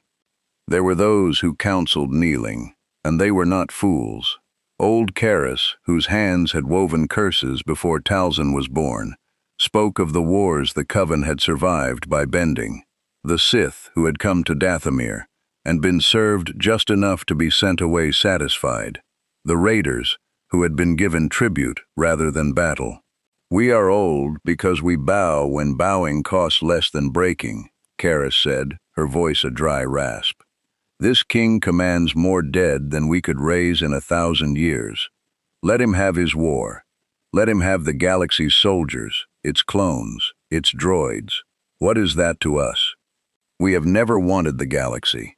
We have wanted only Dathomir and our sisters, and to be left alone. Offer him tribute. Offer him the dead of our enemies, freely given, and ask in return only that he pass Dathomir by. A power that wants nothing but the dead is a power that can be paid." There were those who counseled contest, and they were younger and their blood ran hotter. Chief among them was a sister named Marin. No, Talzin's own thoughts corrected the name, for the young and fierce one who spoke now was named Naalith, sharp-faced and proud, and she rose with the green fire reflected in her eyes. "Pay him?" Naalith's voice cracked across the cave. "Mother, with respect to Karis and her long years, we do not pay. We are the magic of the dead. It is ours. It was ours before the Jedi named their force, before the Sith crawled out of their tombs. And now a stranger walks into our galaxy and claims dominion over the dead, over the very thing that is our birthright, and Karis would have us kneel and hand him tribute for the privilege of being spared." She turned, slowly, taking in the coven. "If we kneel to him, we are no longer the Night Sisters. We are his servants, who happen to live on Dathomir. I say we show him whose dead these are. I say we contest him, not the whole galaxy's fallen. We cannot, but here, on our world, in our fire. Let him try to raise a Dathomiri corpse against a Night Sister who will not permit it. Let him learn that there is one place in this galaxy where the dead answer to a different crown." And there was Talzin, who counseled neither, and who let the two factions burn themselves down against each other before she spoke, because that was how one led a coven. "Karis is right," Talzin said at last, and Naaleth's face fell, and old Karis's rose, and Talzin lifted one long hand before either could speak. "And Naaleth is right, both. Hear me. Karis is right that we cannot contest this king in open war. His dead outnumber ours, as the stars outnumber the braziers, and to meet him, blade to blade, curse to curse, in the field, is to lose. And Naaleth is right that we cannot kneel, because a Night Sister who kneels to a Lord of the Dead is a Night Sister no longer, and the coven that survives by becoming his servants has not survived at all. So we do the third thing, the thing neither of you named, because it is the hardest and the oldest." Her voice dropped, and the whole cave leaned toward it. "We bind him. We learn what he is. We find the thread that holds his power together. Every power has one, sisters, even his, even a cold this vast. And we weave a working that lets us hold it, not to command him. We are not so proud, but to stop him, at the last, if the day comes that he turns his gaze to Dathomir. We make ourselves the one thing in the galaxy he cannot simply gather, not his master, not his servant, his lock." Talzin went to him herself. She did not go in the flesh. She was old and cunning, and had not lived 300 years by walking into the reach of things stronger than herself. She went in projection, a working of green fire and will that carried her sending across the light years to the frozen world where the king sat his throne. And she manifested before him as a tall, pale ghost limbed in green, standing on the ice at the foot of his rise, unbothered by a cold that could not touch a thing that was not truly there. The king regarded her, the 2 points of blue behind the crowned faceplate fixed on the green apparition, and Talzin felt the weight of that regard even through the projection, even across the light years, and understood in that instant that Naaleth's plan of open contest would have ended the Night Sisters, because there was more raw dominion over death in this single cold gaze than in the whole 300-year history of the Coven's green fire. "You are not dead," the king said, the layered voice, The whispers braided under it reached her clearly. And you are not here. A clever working. I have known witches. I destroyed a kingdom of them, once, at the beginning. They too came to me in projections, thinking distance would keep them safe. A pause. It did not. I have not come to keep myself safe, Lord of the Dead, Talzin said, and she made her voice smooth and old and unafraid, the voice of a power meeting a power. I have come to look at you, as one who commands the dead looks at another. We are rarer than you might think, you and I, those who touch death and are not the Force, not the Sith, not the soft cycle of this galaxy's dying.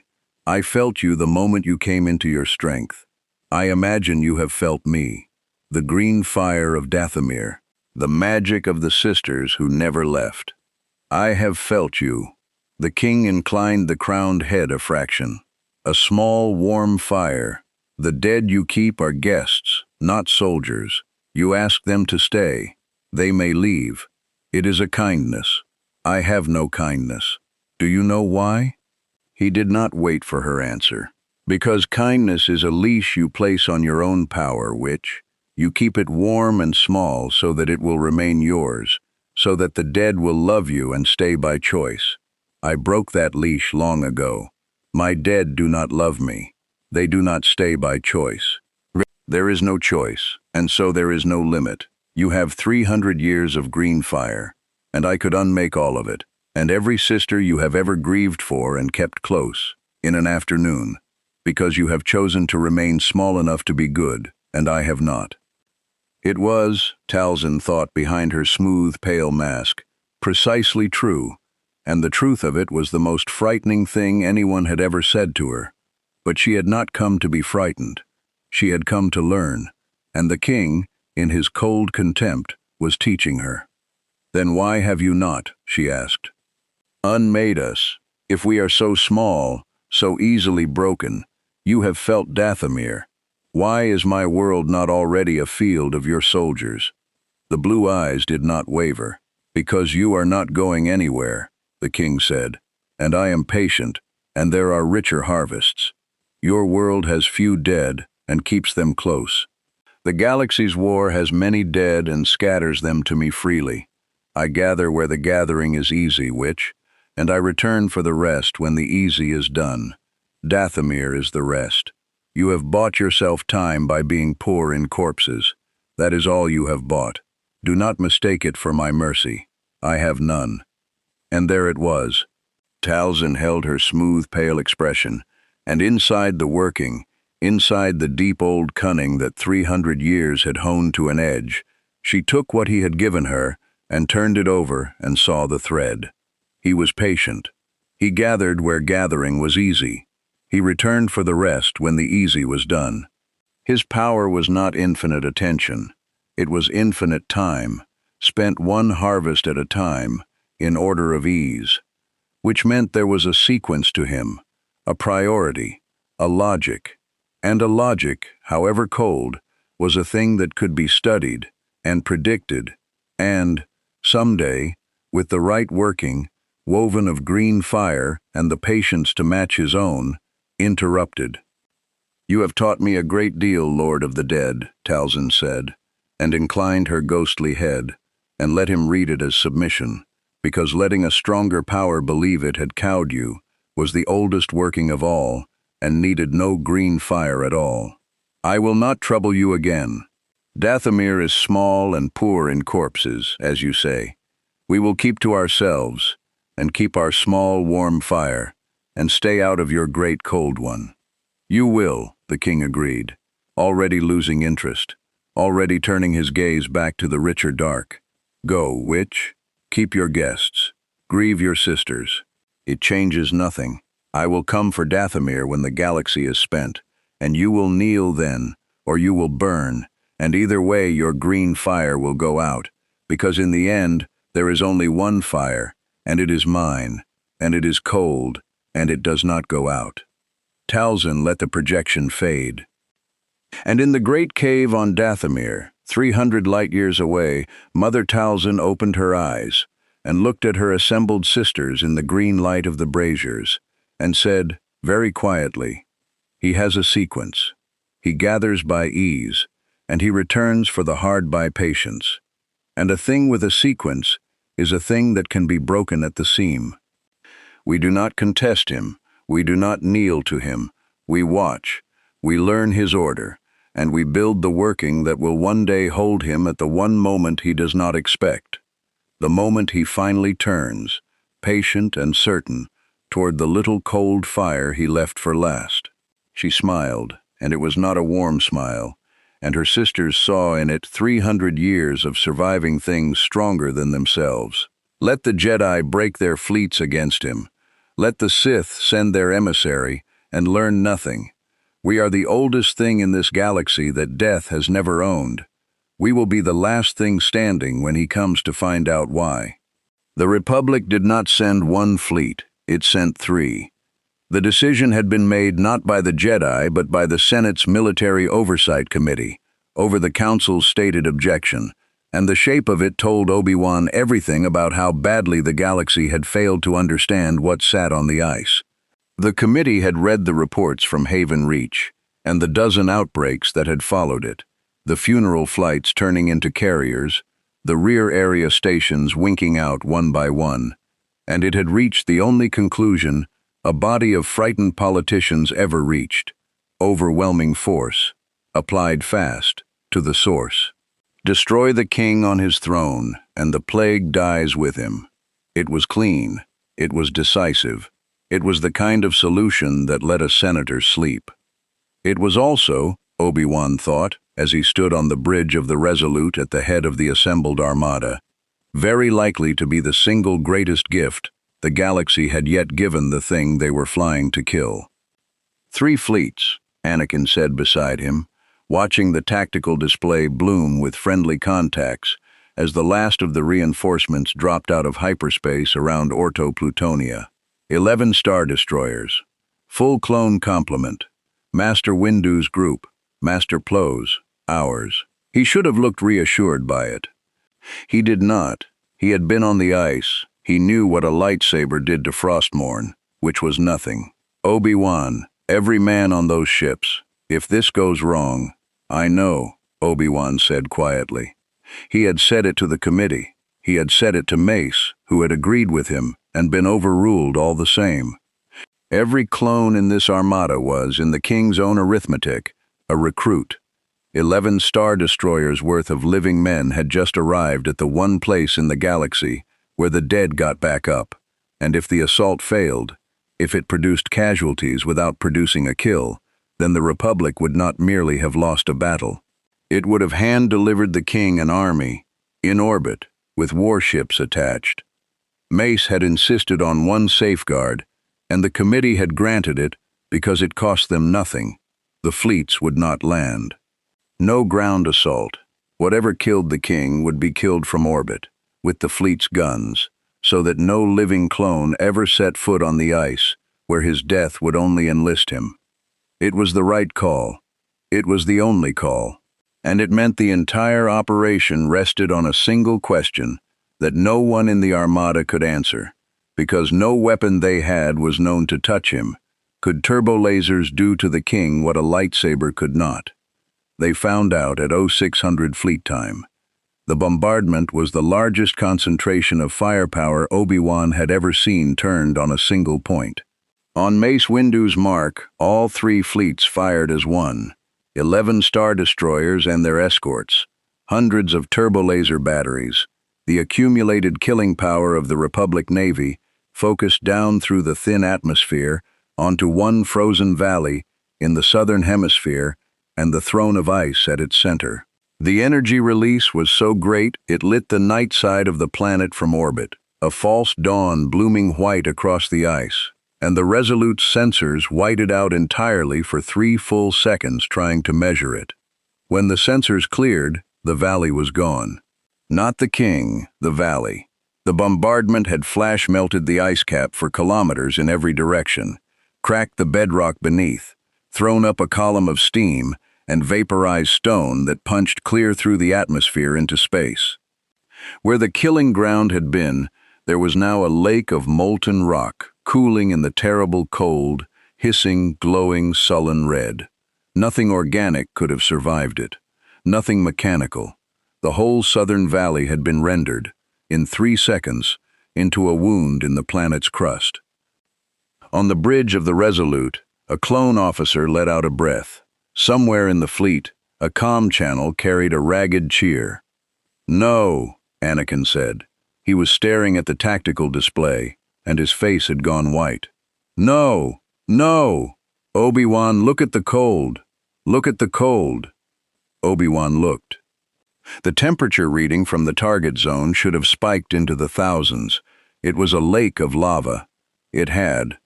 But at the center of the molten wound, at the exact point where the throne had stood, there was a spot the sensors read as falling, a point of cold, growing, in the middle of the fire. As Obi-Wan watched, it spread.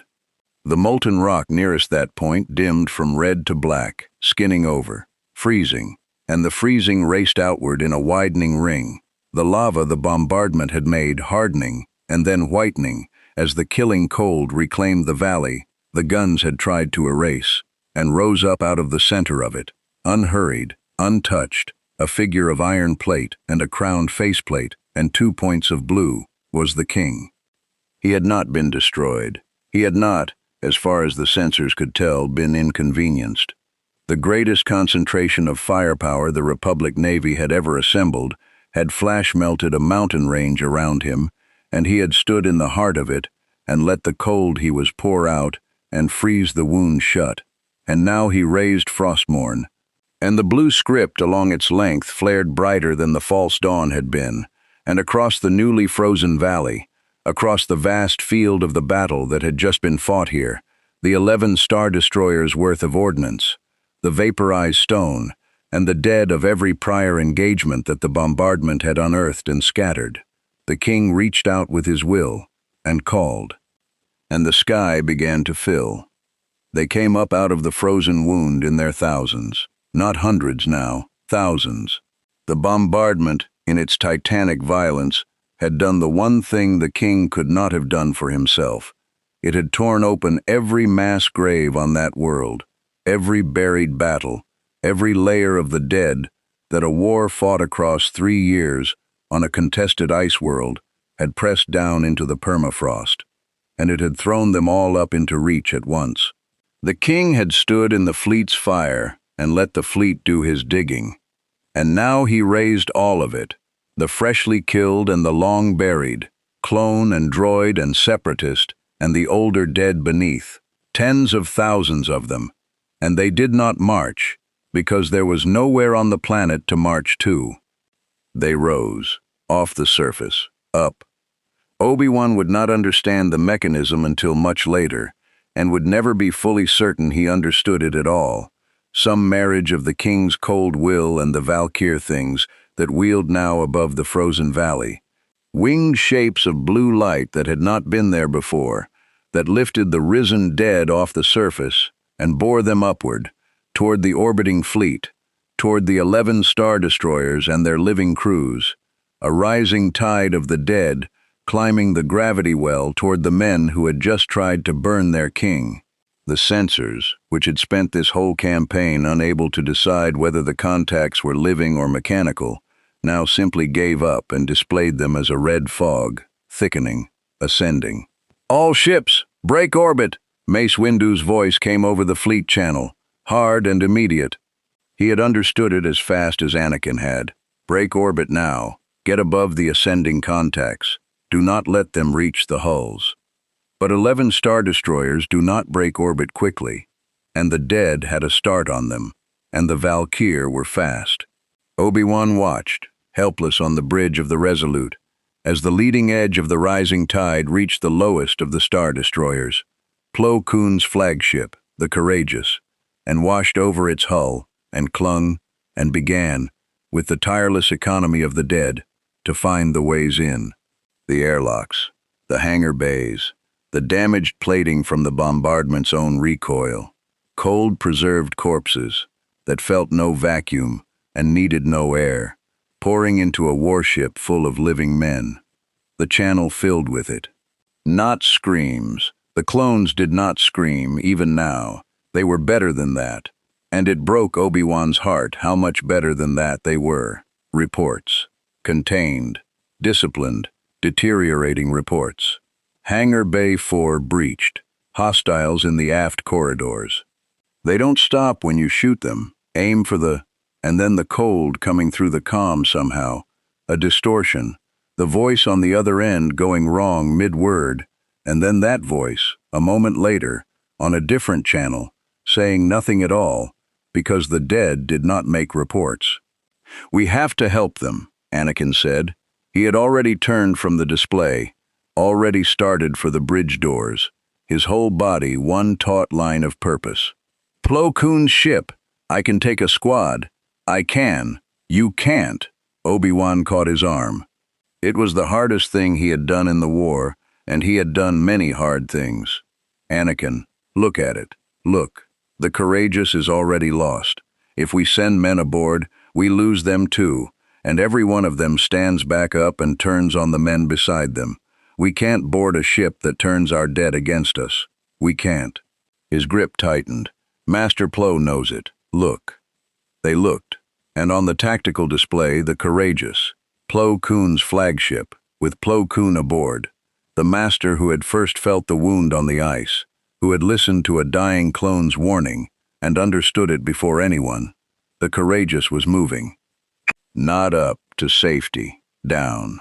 Its engines had flared to full burn and it was diving, deliberately, back toward the frozen wound of the valley, toward the planet.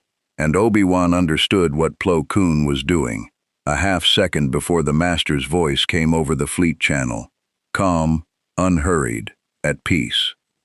"I have too many dead aboard to save the ship," Plo Koon said, "and too many living to abandon them to what the dead become, so I will take both where they cannot be used." A pause. Somewhere behind his voice, the sounds of a warship dying. "Master Windu, Kenobi, Skywalker, do not follow me down. Do not send men after mine. Burn what falls and grieve it later. That is the arithmetic now."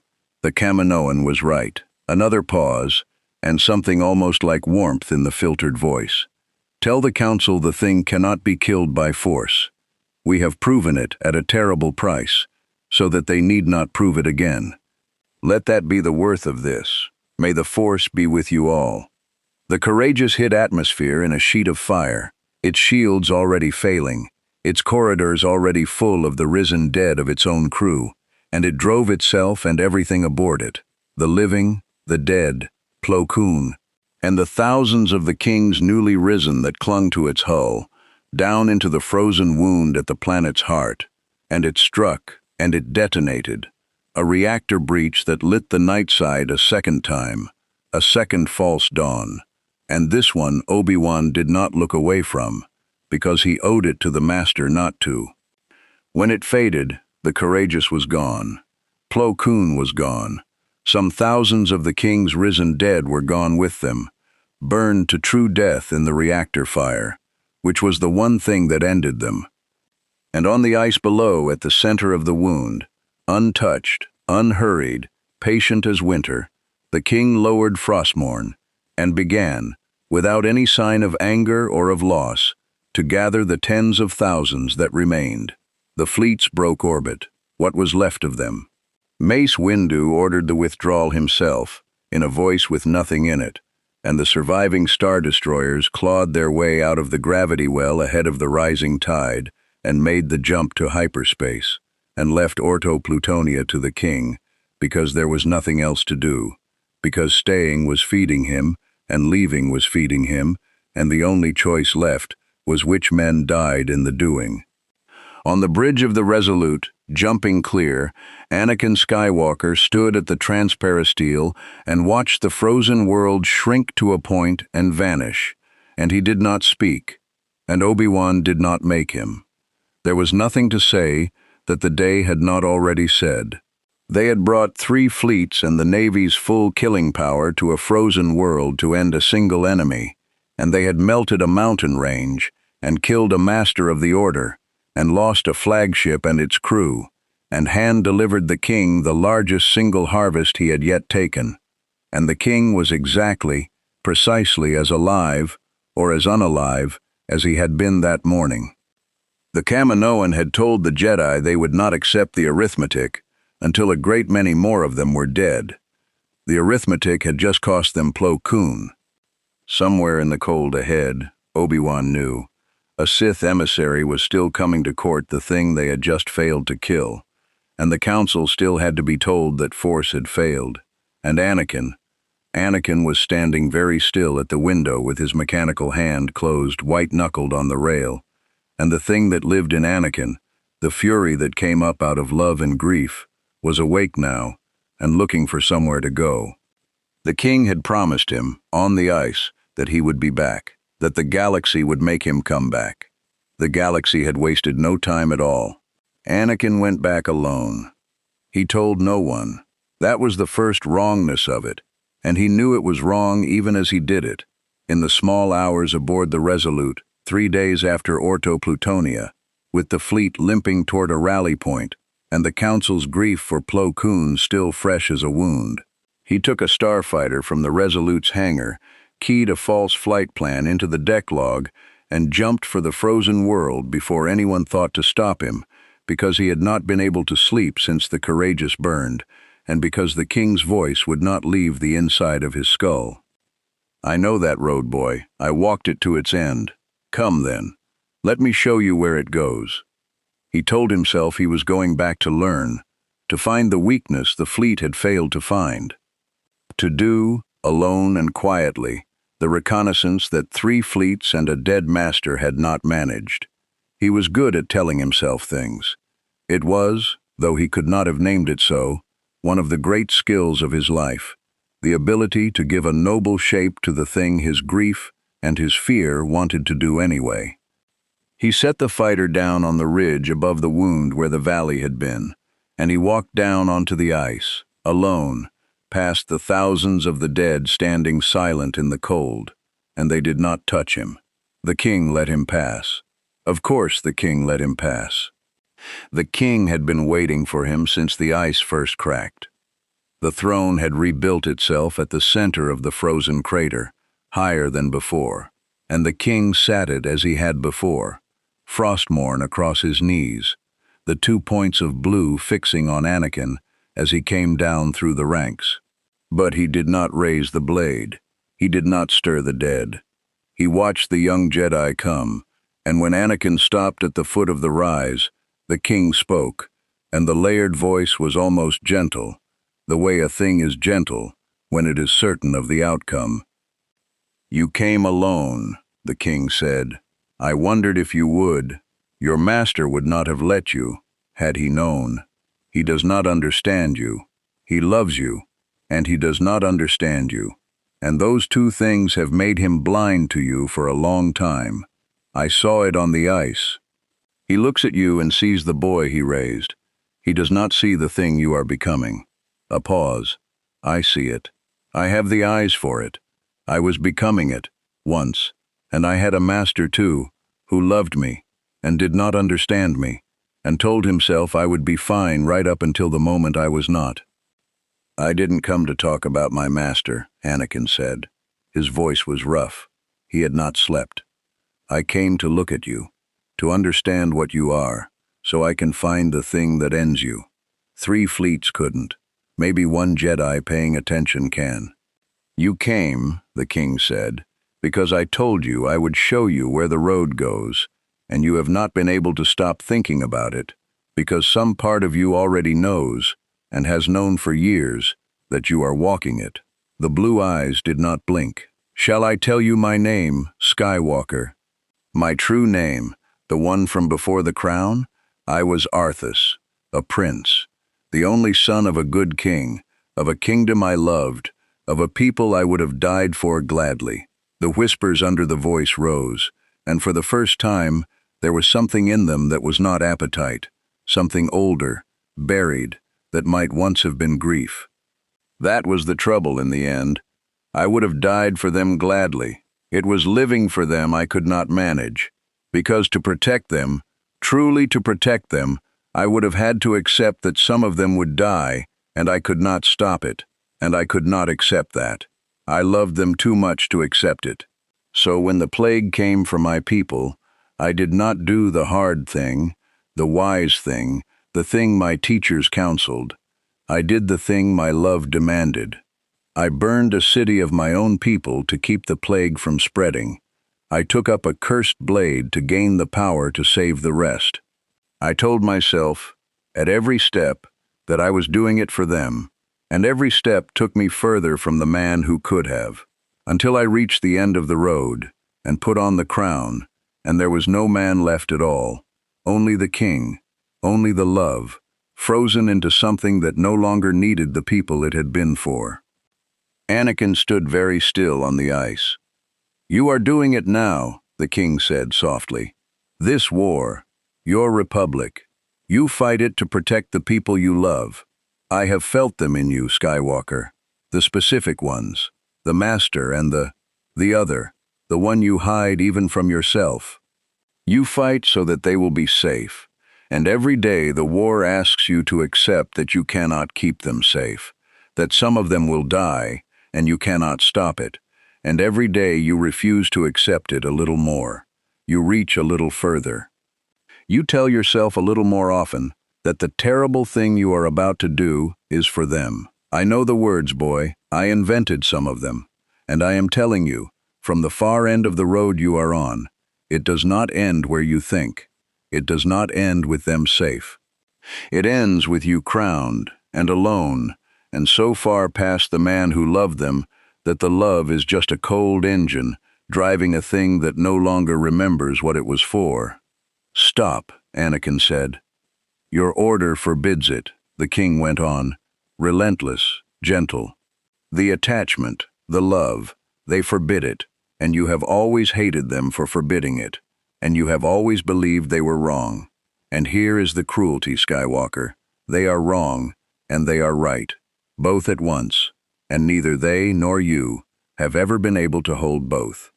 They are wrong that love is the enemy. Love is the best thing you have. It is the best thing I ever had. But they are right, that love which cannot accept loss becomes the thing standing before you now. I am what your masters are afraid you will become, not because I love too little, because I love too much to let go, and there was no one to teach me the difference between holding on and holding tight, and by the time I learned it, my hands had already closed, and they have never opened since." Frostmourne's light pulsed, slow. "Join me, and I will not have to teach you. You will simply know all the power you have ever reached for and been denied, the strength to make death itself release the people you love. No more graves, no more grieving, no more standing helpless while the war takes them. You would never have to lose anyone again. Is that not the whole of what you want? Is that not the thing your order will never give you, and the thing I am offering freely? And this was the moment the king had been patient for, across all of it, the melting of a mountain, and the death of a master, and the courting of witches, and the interest of a hidden Sith. Because it was true, every word of it was true, and Anakin knew it was true, and the wanting rose up in him so hard and so fast that he felt his mechanical hand drift, unbidden, toward the hilt of his saber, not to draw it, but the way a hand drifts toward a thing it is considering offering up. No more losing anyone. Padme, Obi-Wan, his mother, who he had already lost, who he had already failed, whose death he had already avenged, in a way that still woke him in the night. Every clone he had buried, every fear he carried folded up small and hidden, that the war would take the ones who mattered, and there would be nothing he could do to stop it. The king was offering the one thing Anakin Skywalker had wanted his whole life and had never once been able to have. The power to never lose anyone again. And it was real. That was the horror of it, standing on the ice with the frozen, dead silent all around him. It was not a lie. The king could do it. The king had done it. He had made death let go. Anakin's hand touched the saber's hilt and stopped, because he was looking at them, the dead. He had let himself look, finally, at what the king's promise actually was. Not an abstraction, not a philosophy, but the thousands of silent figures standing in the cold around him. Clones who had died and deserved to rest. Men with names and kill tallies scratched into their armor, and brothers who had grieved them. The king said no more losing anyone. But Anakin looked at the dead of the courageous, at the ones who had gone down with Plo Koon and been dragged back up out of the wreckage, and he understood, all the way down, what the offer actually meant. It did not mean the people he loved would live. It meant they would never be allowed to die, never be allowed to rest, to go, to become one with the Force the way the Order promised, the way Plo Koon had chosen. It meant Padme, cold and standing and looking out through the wrong-colored eyes, kept, owned, a puppet finding its strings. It meant that the love which could not let go did not save the beloved. It enslaved them, forever. It was not the end of losing. It was loss made permanent and called a gift. No, Anakin said. The king went very still. "You're right about the road," Anakin said, and his voice shook, because the thing was still true, all of it, and refusing it did not make it stop being true. That was the hardest part. That was the part he would carry out of here, that a true thing could be refused. "You're right that I'm on it. You're right that I love too much to let go, and that that it could make me into something. Maybe something like you. I've felt it. I feel it right now, standing here, wanting what you're offering so bad I can barely breathe." He took his hand off his saber. He made himself do it, finger by finger. "But you showed me the end of the road, and I looked at it, and it's this, it's them," he gestured, a small broken motion, at the silent dead, kept, not saved, kept. "That's not the people I love not dying. That's the people I love turned into you, turned into me. And I'd rather lose them the real way, and grieve them, and let them go into the Force where Plo Koon went, than keep them like that. I'd rather lose them than own them. That's the difference, isn't it? That's the thing you never learned. That's the whole thing. You couldn't tell the difference between loving them and keeping them. And his voice broke. I can, barely. Today, I can." The king regarded him for a long, long moment, and the cold in the valley seemed to deepen, and when he spoke again, the gentleness was gone, and what replaced it was not anger. It was something worse, something that sounded almost like the grief buried under the whispers, briefly surfacing and going back down. "Then you are stronger than I was," the king said. "For now, on this day, with your masters alive to catch you and your beloved still warm, and the war not yet at its worst." Frostmourne's light dimmed. "But the road is long, Skywalker, and I have all the time there is, and I am patient. You have refused me once, at your strongest, on a day you came here to prove yourself. That is when it is easy to refuse. I will still be here on the day it is hard, on the day you have lost enough. On the day the person you hide even from yourself lies dying, and there is no Force and no order and no fleet that can save her, and someone, perhaps not me, perhaps a nearer voice, a warmer one, wearing a friendlier face, offers you exactly what I offered you today. You will remember this ice. You will remember that you refused. And you will wonder, in that moment, whether you were right or only lucky, or only not yet desperate enough." The blue eyes fixed on him. "Go back to your order, boy. Tell them their chosen one looked into the face of death and did not fall. It is true, and it is worth telling, and it will comfort them. But you and I know the smaller, truer thing. You did not defeat the road today. You only declined to walk further down it. The road does not go away because you turned around on it. It waits. Everything waits. I have taught you that, at least, if nothing else." Anakin backed away. He did not turn his back on the king. Some instinct would not let him. And he retreated up through the silent ranks of the dead, and they let him pass. And he climbed back to his starfighter on the ridge, with his whole body shaking, and the king's last words sitting in his chest like a splinter of the ice itself. He would not tell the council all of it. He would tell them force had failed, that he had confirmed it, that the thing could not be reasoned with, the necessary useful truths. He would not tell them what the king had shown him about the road, or that he had wanted the offer, or that some cold splinter of the wanting had come back with him and would not melt. He would carry that alone, the way he carried everything alone, because the order had no place for it, and Obi-Wan would be afraid, and Padme must never know. He jumped for the rally point. Behind him the king settled onto his throne of ice, and did not gather, and did not stir the dead, and sat for a long while in the cold and the quiet, with the grief briefly surfaced and going back down, remembering a kingdom he had burned, and a master who had loved him and not understood him, and thinking, with something almost like tenderness, that the boy would be back. They always came back. It was only ever a question of how much they had to lose first. They did not go to kill him this time. They had learned that much, at a cost of a fleet and a master and thousands of men. Force did not work, could not work, would only feed him. Whatever the order brought to the frozen throne now had to be something other than force, and it was Yoda who named what that something was, in the council chamber, in the gray aftermath of everything. Killed him we cannot, the old master said.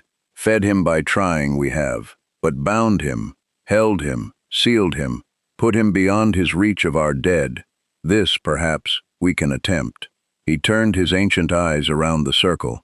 Alone, no, not the Jedi alone. The green fire of Dathomir, the witch Talzin, reached out to us she has. Learned his nature she has, as we could not. A sequence he has, a seam, and a working she offers, of her magic and ours together, to close the seam, to lock the door, not to end him, to contain him on that world, so that come to our dead he cannot, and spread his cold he cannot, while a longer answer we seek. A pause heavy. Trust the Night Sisters.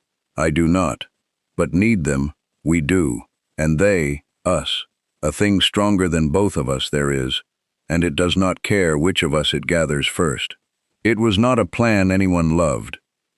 An alliance of the Jedi Order and the Night Sisters of Dathomir, ancient rivals who had spilled each other's blood, bound together only by a shared terror of the thing on the ice.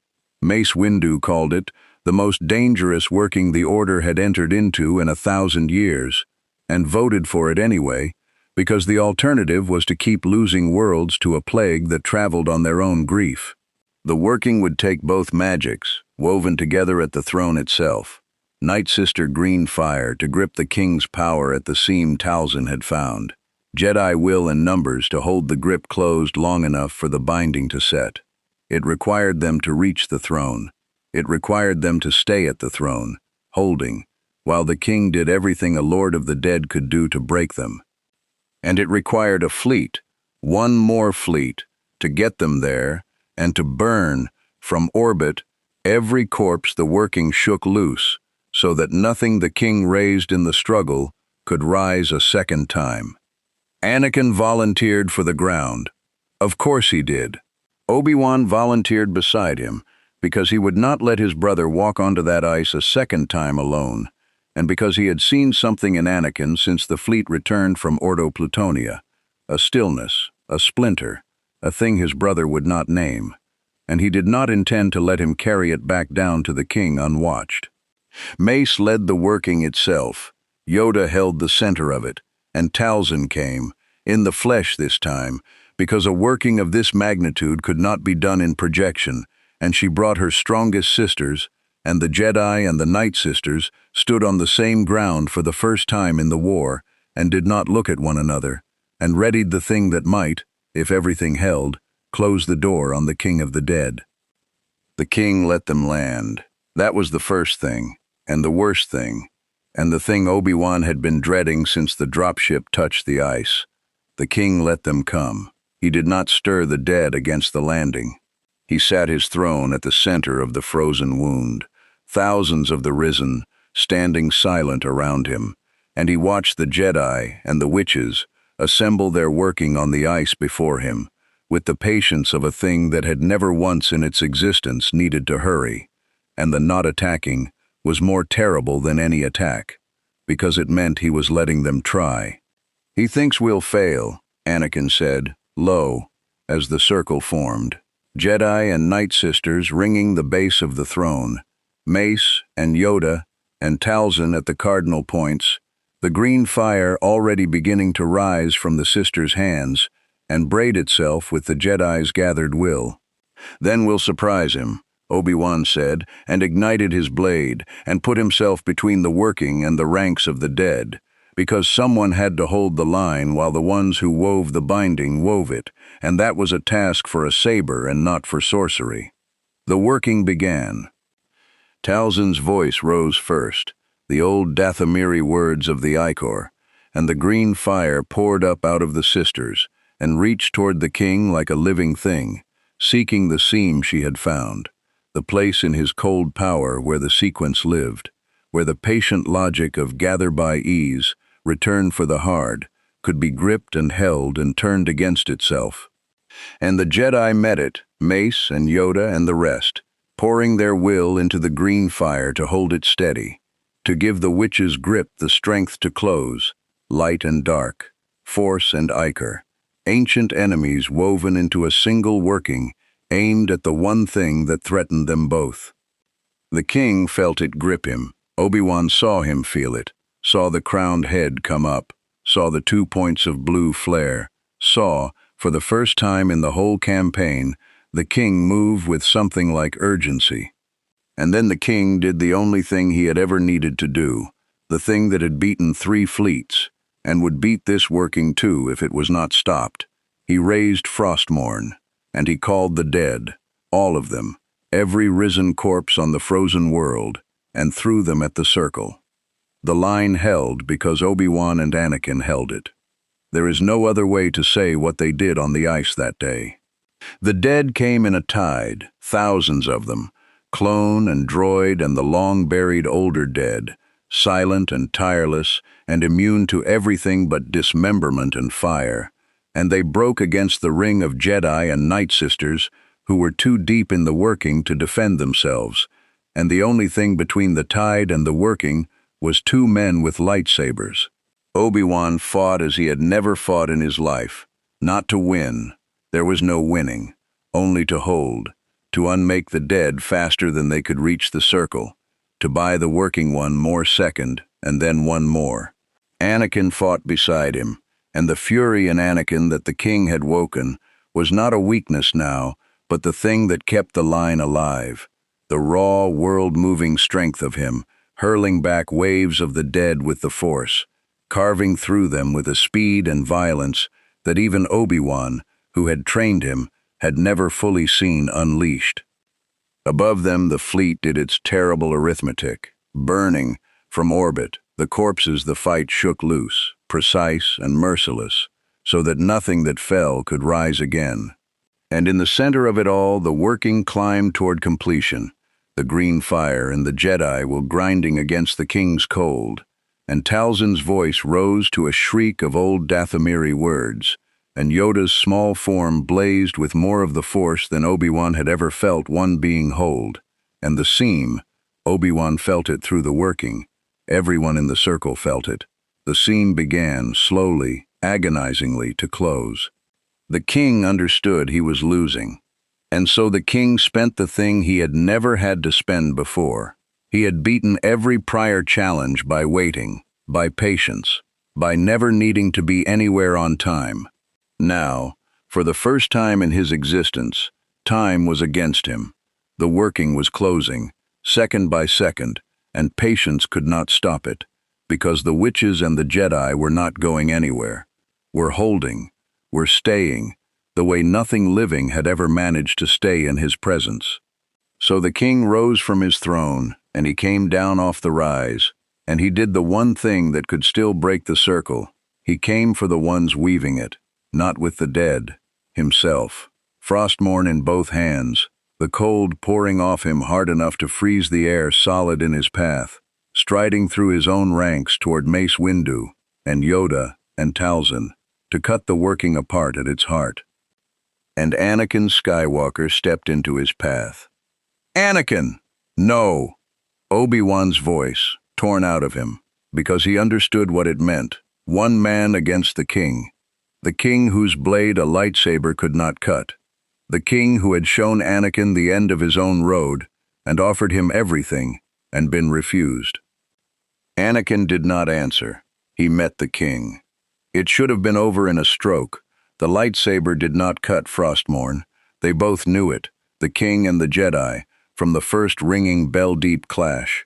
And against the king's strength and cold and reach, a single Jedi could not last. But Anakin was not trying to cut him. He had learned, on the ice, the only lesson the king's kind of enemy allowed. You did not defeat the immovable thing. You delayed it. You bought time with your body. You held. And so Anakin fought the king not to win but to keep him from the circle, giving ground and taking it back, the cold searing him, Frostmourne's edge passing close enough to steal the warmth from his blood, and every second he survived was a second the working climbed closer to closing. And the king could not get past him, because to get past him the king had to spend the time to kill him, and the king had run out of time, and did not have enough of it left to both kill the Jedi and reach the circle before the seam closed. That was the trap Talzin had built, and Anakin was the jaws of it, and he did not know it, and it did not matter that he did not know it. The king had spent his patience, and with his patience spent, cornered for the first time in his endless existence, forced to choose between the boy in his path and the working at the throne, the Lich King made the only choice a thing with his logic could make. He chose the working. He turned from Anakin, took a killing blow across the shoulder that Frostmourne should have used to end the Jedi, and did not, because ending the Jedi was no longer the priority. Closing the distance was, and he lunged past Anakin toward the circle, toward Yoda, toward the heart of the binding, one last cold stride to break it before it set. And Yoda met him. 900 years, the oldest and greatest of the Order, small and ancient, who had held the center of the working through the whole of it, who had poured more of the Force into the green fire than any being present had known one creature could hold. Yoda opened his eyes as the king lunged, and he did not strike the king, because striking the king did nothing. Everyone had proven it. Instead, Yoda took the whole of the working, the whole braided storm of green fire and Jedi will, all of it, in the instant before it fully closed, and he pushed it into the king himself, closed the seam not around the king but through him, using the king's own lunge, the king's own spent momentum, to drive the binding home. The seam closed. The frozen world screamed. Not a sound.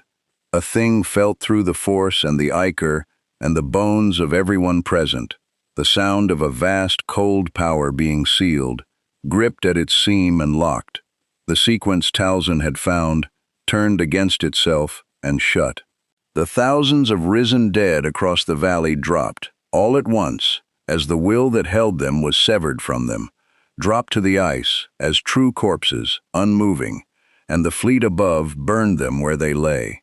And the king stood at the heart of the circle with the binding driven through him, Frostmourne fallen from his grip, the 2 points of blue behind the crowned faceplate guttering, and for one moment, one single moment, Obi-Wan saw the cold go out of him, saw something almost like a man stand there in the iron plate, saw the grief that had been buried under all the whispers surface all the way, at last, and stay surfaced.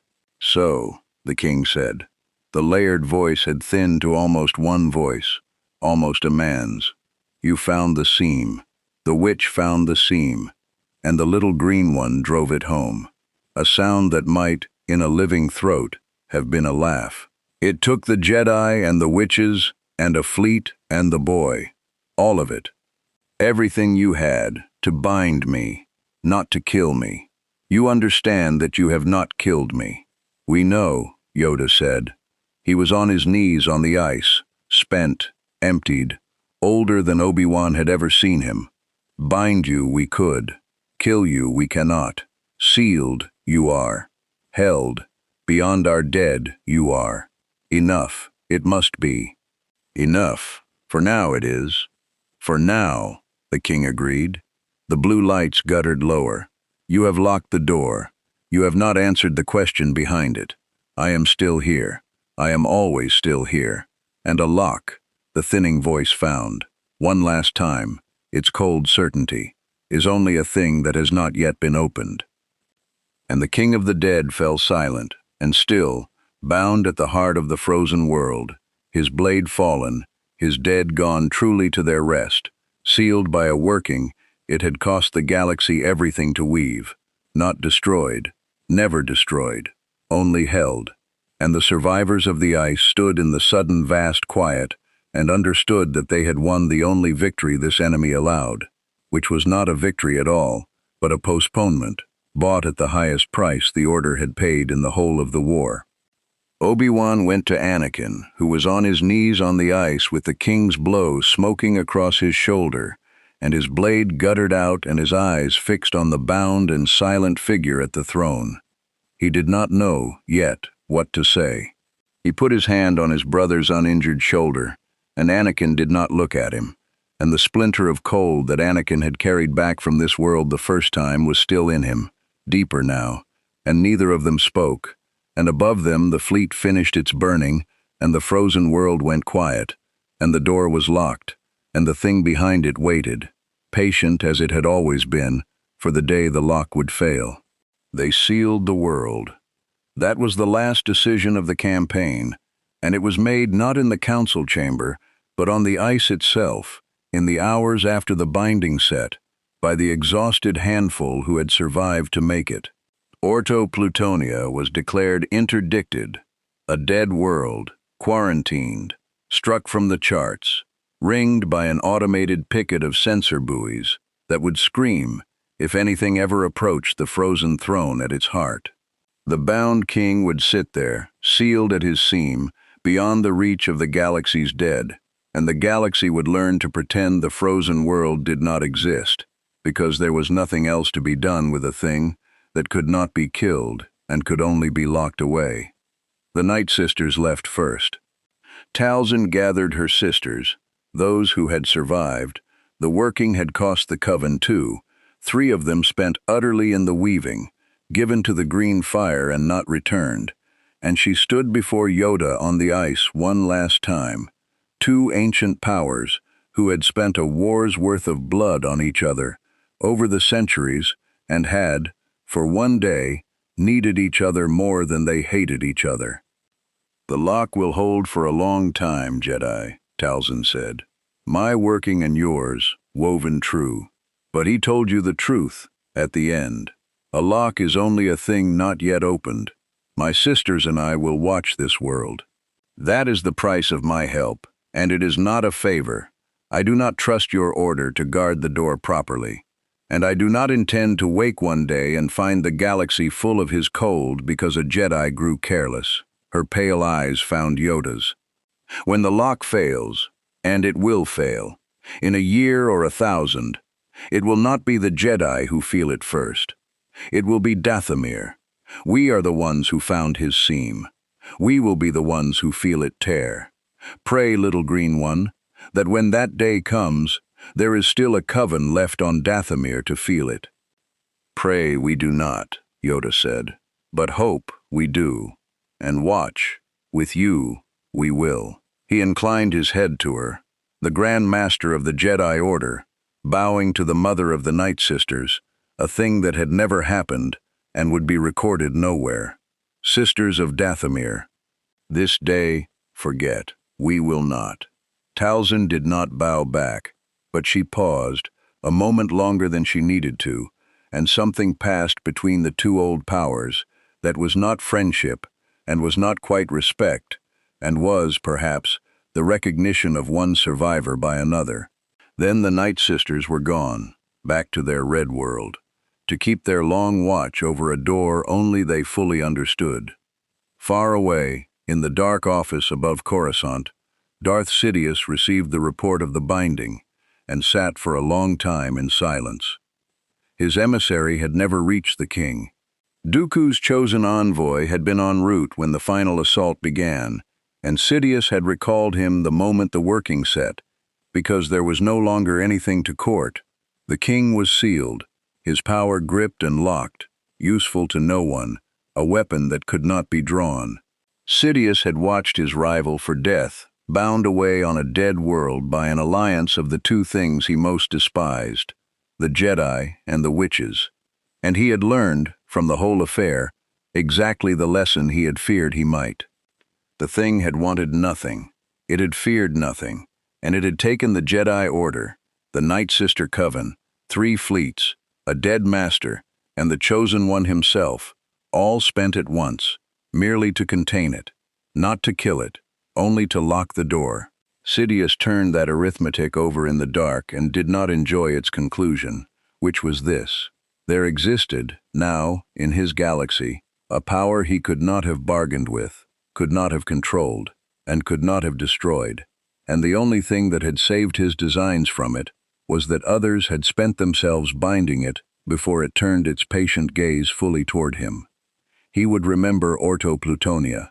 He would keep the frozen world in the back of his mind, a locked door in a galaxy he intended to own, and he would tell himself that when he was emperor, when the Jedi were ash and the Republic remade in his image, he would find a way to deal with the thing on the ice properly, to master it or to unmake it, or at the very least to make certain the lock never failed on anyone's watch but his own. He told himself this with the confidence of a man who had never been beaten. But in the cold place where he kept the truths too dangerous to look at, Sheev Palpatine knew that the king had marked him, that first day, had felt his touch and filed him away as a resource, one more warm and dying thing in a galaxy full of them. And Sidious understood, alone in the dark, that whatever throne he built, however high he climbed, there would always be a frozen world at the edge of his galaxy where a patient thing sat sealed behind a door, waiting, certain, unhurried, for the arithmetic to turn, because in the end there was only one power in all of creation that had looked at the Dark Lord of the Sith and seen not a rival, not a master, but simply the next one, and it was still there, and it did not go away because you locked it up. It only waited. Everything waited. It had taught them all that much. Anakin healed slowly. The wound Frostmourne had left across his shoulder closed under Bacta the way any wound closed, but the cold in it did not fully leave. The medics could find nothing wrong, no lingering damage the scanners could name. But Anakin knew, the way you know a thing in your own body, that some splinter of the king's cold had gone into him on the ice and stayed, small and patient, a seed. He did not tell anyone. He had not told anyone what the king had shown him about the road, or what the king had offered, or that he had wanted it, or that he had refused it, at his strongest, on a day he came to prove himself, and did not know whether he could refuse it on a day when it was hard. He told Obi-Wan the useful truths, and let his brother believe those were all of them. He went back to the war, because the war did not stop for a bound king on a frozen world, because somewhere right now, a fleet was burning, and its men were dying, and no words spoken on any ice would reach them in time to matter. He fought on. He was the chosen one. It was what he did. But sometimes, in the small hours, in the cold before dawn, Anakin Skywalker lay awake and heard the layered voice, patient and gentle and certain, telling him that the road did not go away because he had turned around on it, that everything waited, that there would come a day when he had lost enough, when the person he hid even from himself lay dying, and there was no force, and no order, and no fleet that could save her. And someone, perhaps not the king, perhaps a nearer voice, a warmer one, wearing a friendlier face, would offer him exactly what the king had offered, and he would remember the ice, and he would remember that he had refused, and he would wonder whether he had been right, or only lucky, or only not yet desperate enough. He did not know, on those nights, which it had been. He suspected, on the worst of them, that he would find out. And on Orto Plutonia, struck from the charts, ringed by silent buoys, watched from a red world by a coven that did not sleep, the Lich King sat his throne of ice, at the heart of a frozen wound, bound at his seam, his blade fallen, his dead gone to their rest, sealed by a working it had cost a galaxy everything to weave. He was not troubled. The living always mistook a lock for an ending. They had spent their fleets and their master and their chosen one, and their ancient enemy's green fire, all of it at once, at the very limit of what they could bear, and they had bought, what? Time, a postponement, a door. They thought they had won because they had walked away, and he let them think it, because it changed nothing, because the one thing the King of the Dead had never lacked and never would was the patience to wait out anything that lived. The lock was a working of the living and the almost living. The Jedi would age and die. Yoda, who had driven the seam home, was 900 years old and would not see 1,000. The witches of Dathomir would dwindle, as covens dwindled, as everything warm dwindled in the end. The Republic would fall. He had felt that coming even in his short time here, the cold, patient rot of it at the galaxy's heart, the hidden thing in the high office that fed on the same deaths he did. Empires would rise and fall over the frozen world, and forget it, and misremember it, and one day, in a year or 1,000, the last hand that understood the working would close, and the watch would grow careless, and the lock, a thing not yet opened, would be opened, by accident or ambition or simple entropy, because that was what happened to every door, given time. And he had all the time there was. So the Lich King sat his frozen throne at the edge of a galaxy at war, and did not stir, and did not gather, and did not sleep, and waited, patient as winter, certain as cold, for the day the door would fail, because he was the one thing their war could never kill, and their war was the thing that would, in the end, feed him, and it had not stopped, and it would not stop, and neither would he. The cold, after all, does not go out. It only waits. They called it a victory, because the alternative was to call it what it was. The galaxy was saved from the plague of the dead. Orto Plutonia sealed, the king bound, the funeral flights safe once more to carry the fallen home. The Jedi returned to their war, fewer by a master, and did not speak of the frozen world, and the Senate struck it from the charts, and the vast machine of the Clone Wars ground on toward the end that a hidden Sith had written for it, indifferent to the locked door at its edge. But those who had stood on the ice carried it out with them. Yoda, who had spent 9 centuries of himself in a single push and knew he had bought a postponement, not a peace. Talzin, whose coven kept the long watch, waiting to feel the seam tear. And Anakin Skywalker, who had looked into the face of a fallen prince and seen his own road, and refused it at his strongest, and did not know whether he could refuse it at his weakest, who carried a splinter of the king's cold in a wound that would not fully warm, and a question in the dark that would not fully sleep. The Lich King had not been defeated. He had been delayed. And delay, to a thing with all the time there was only another word for the space between now and inevitable.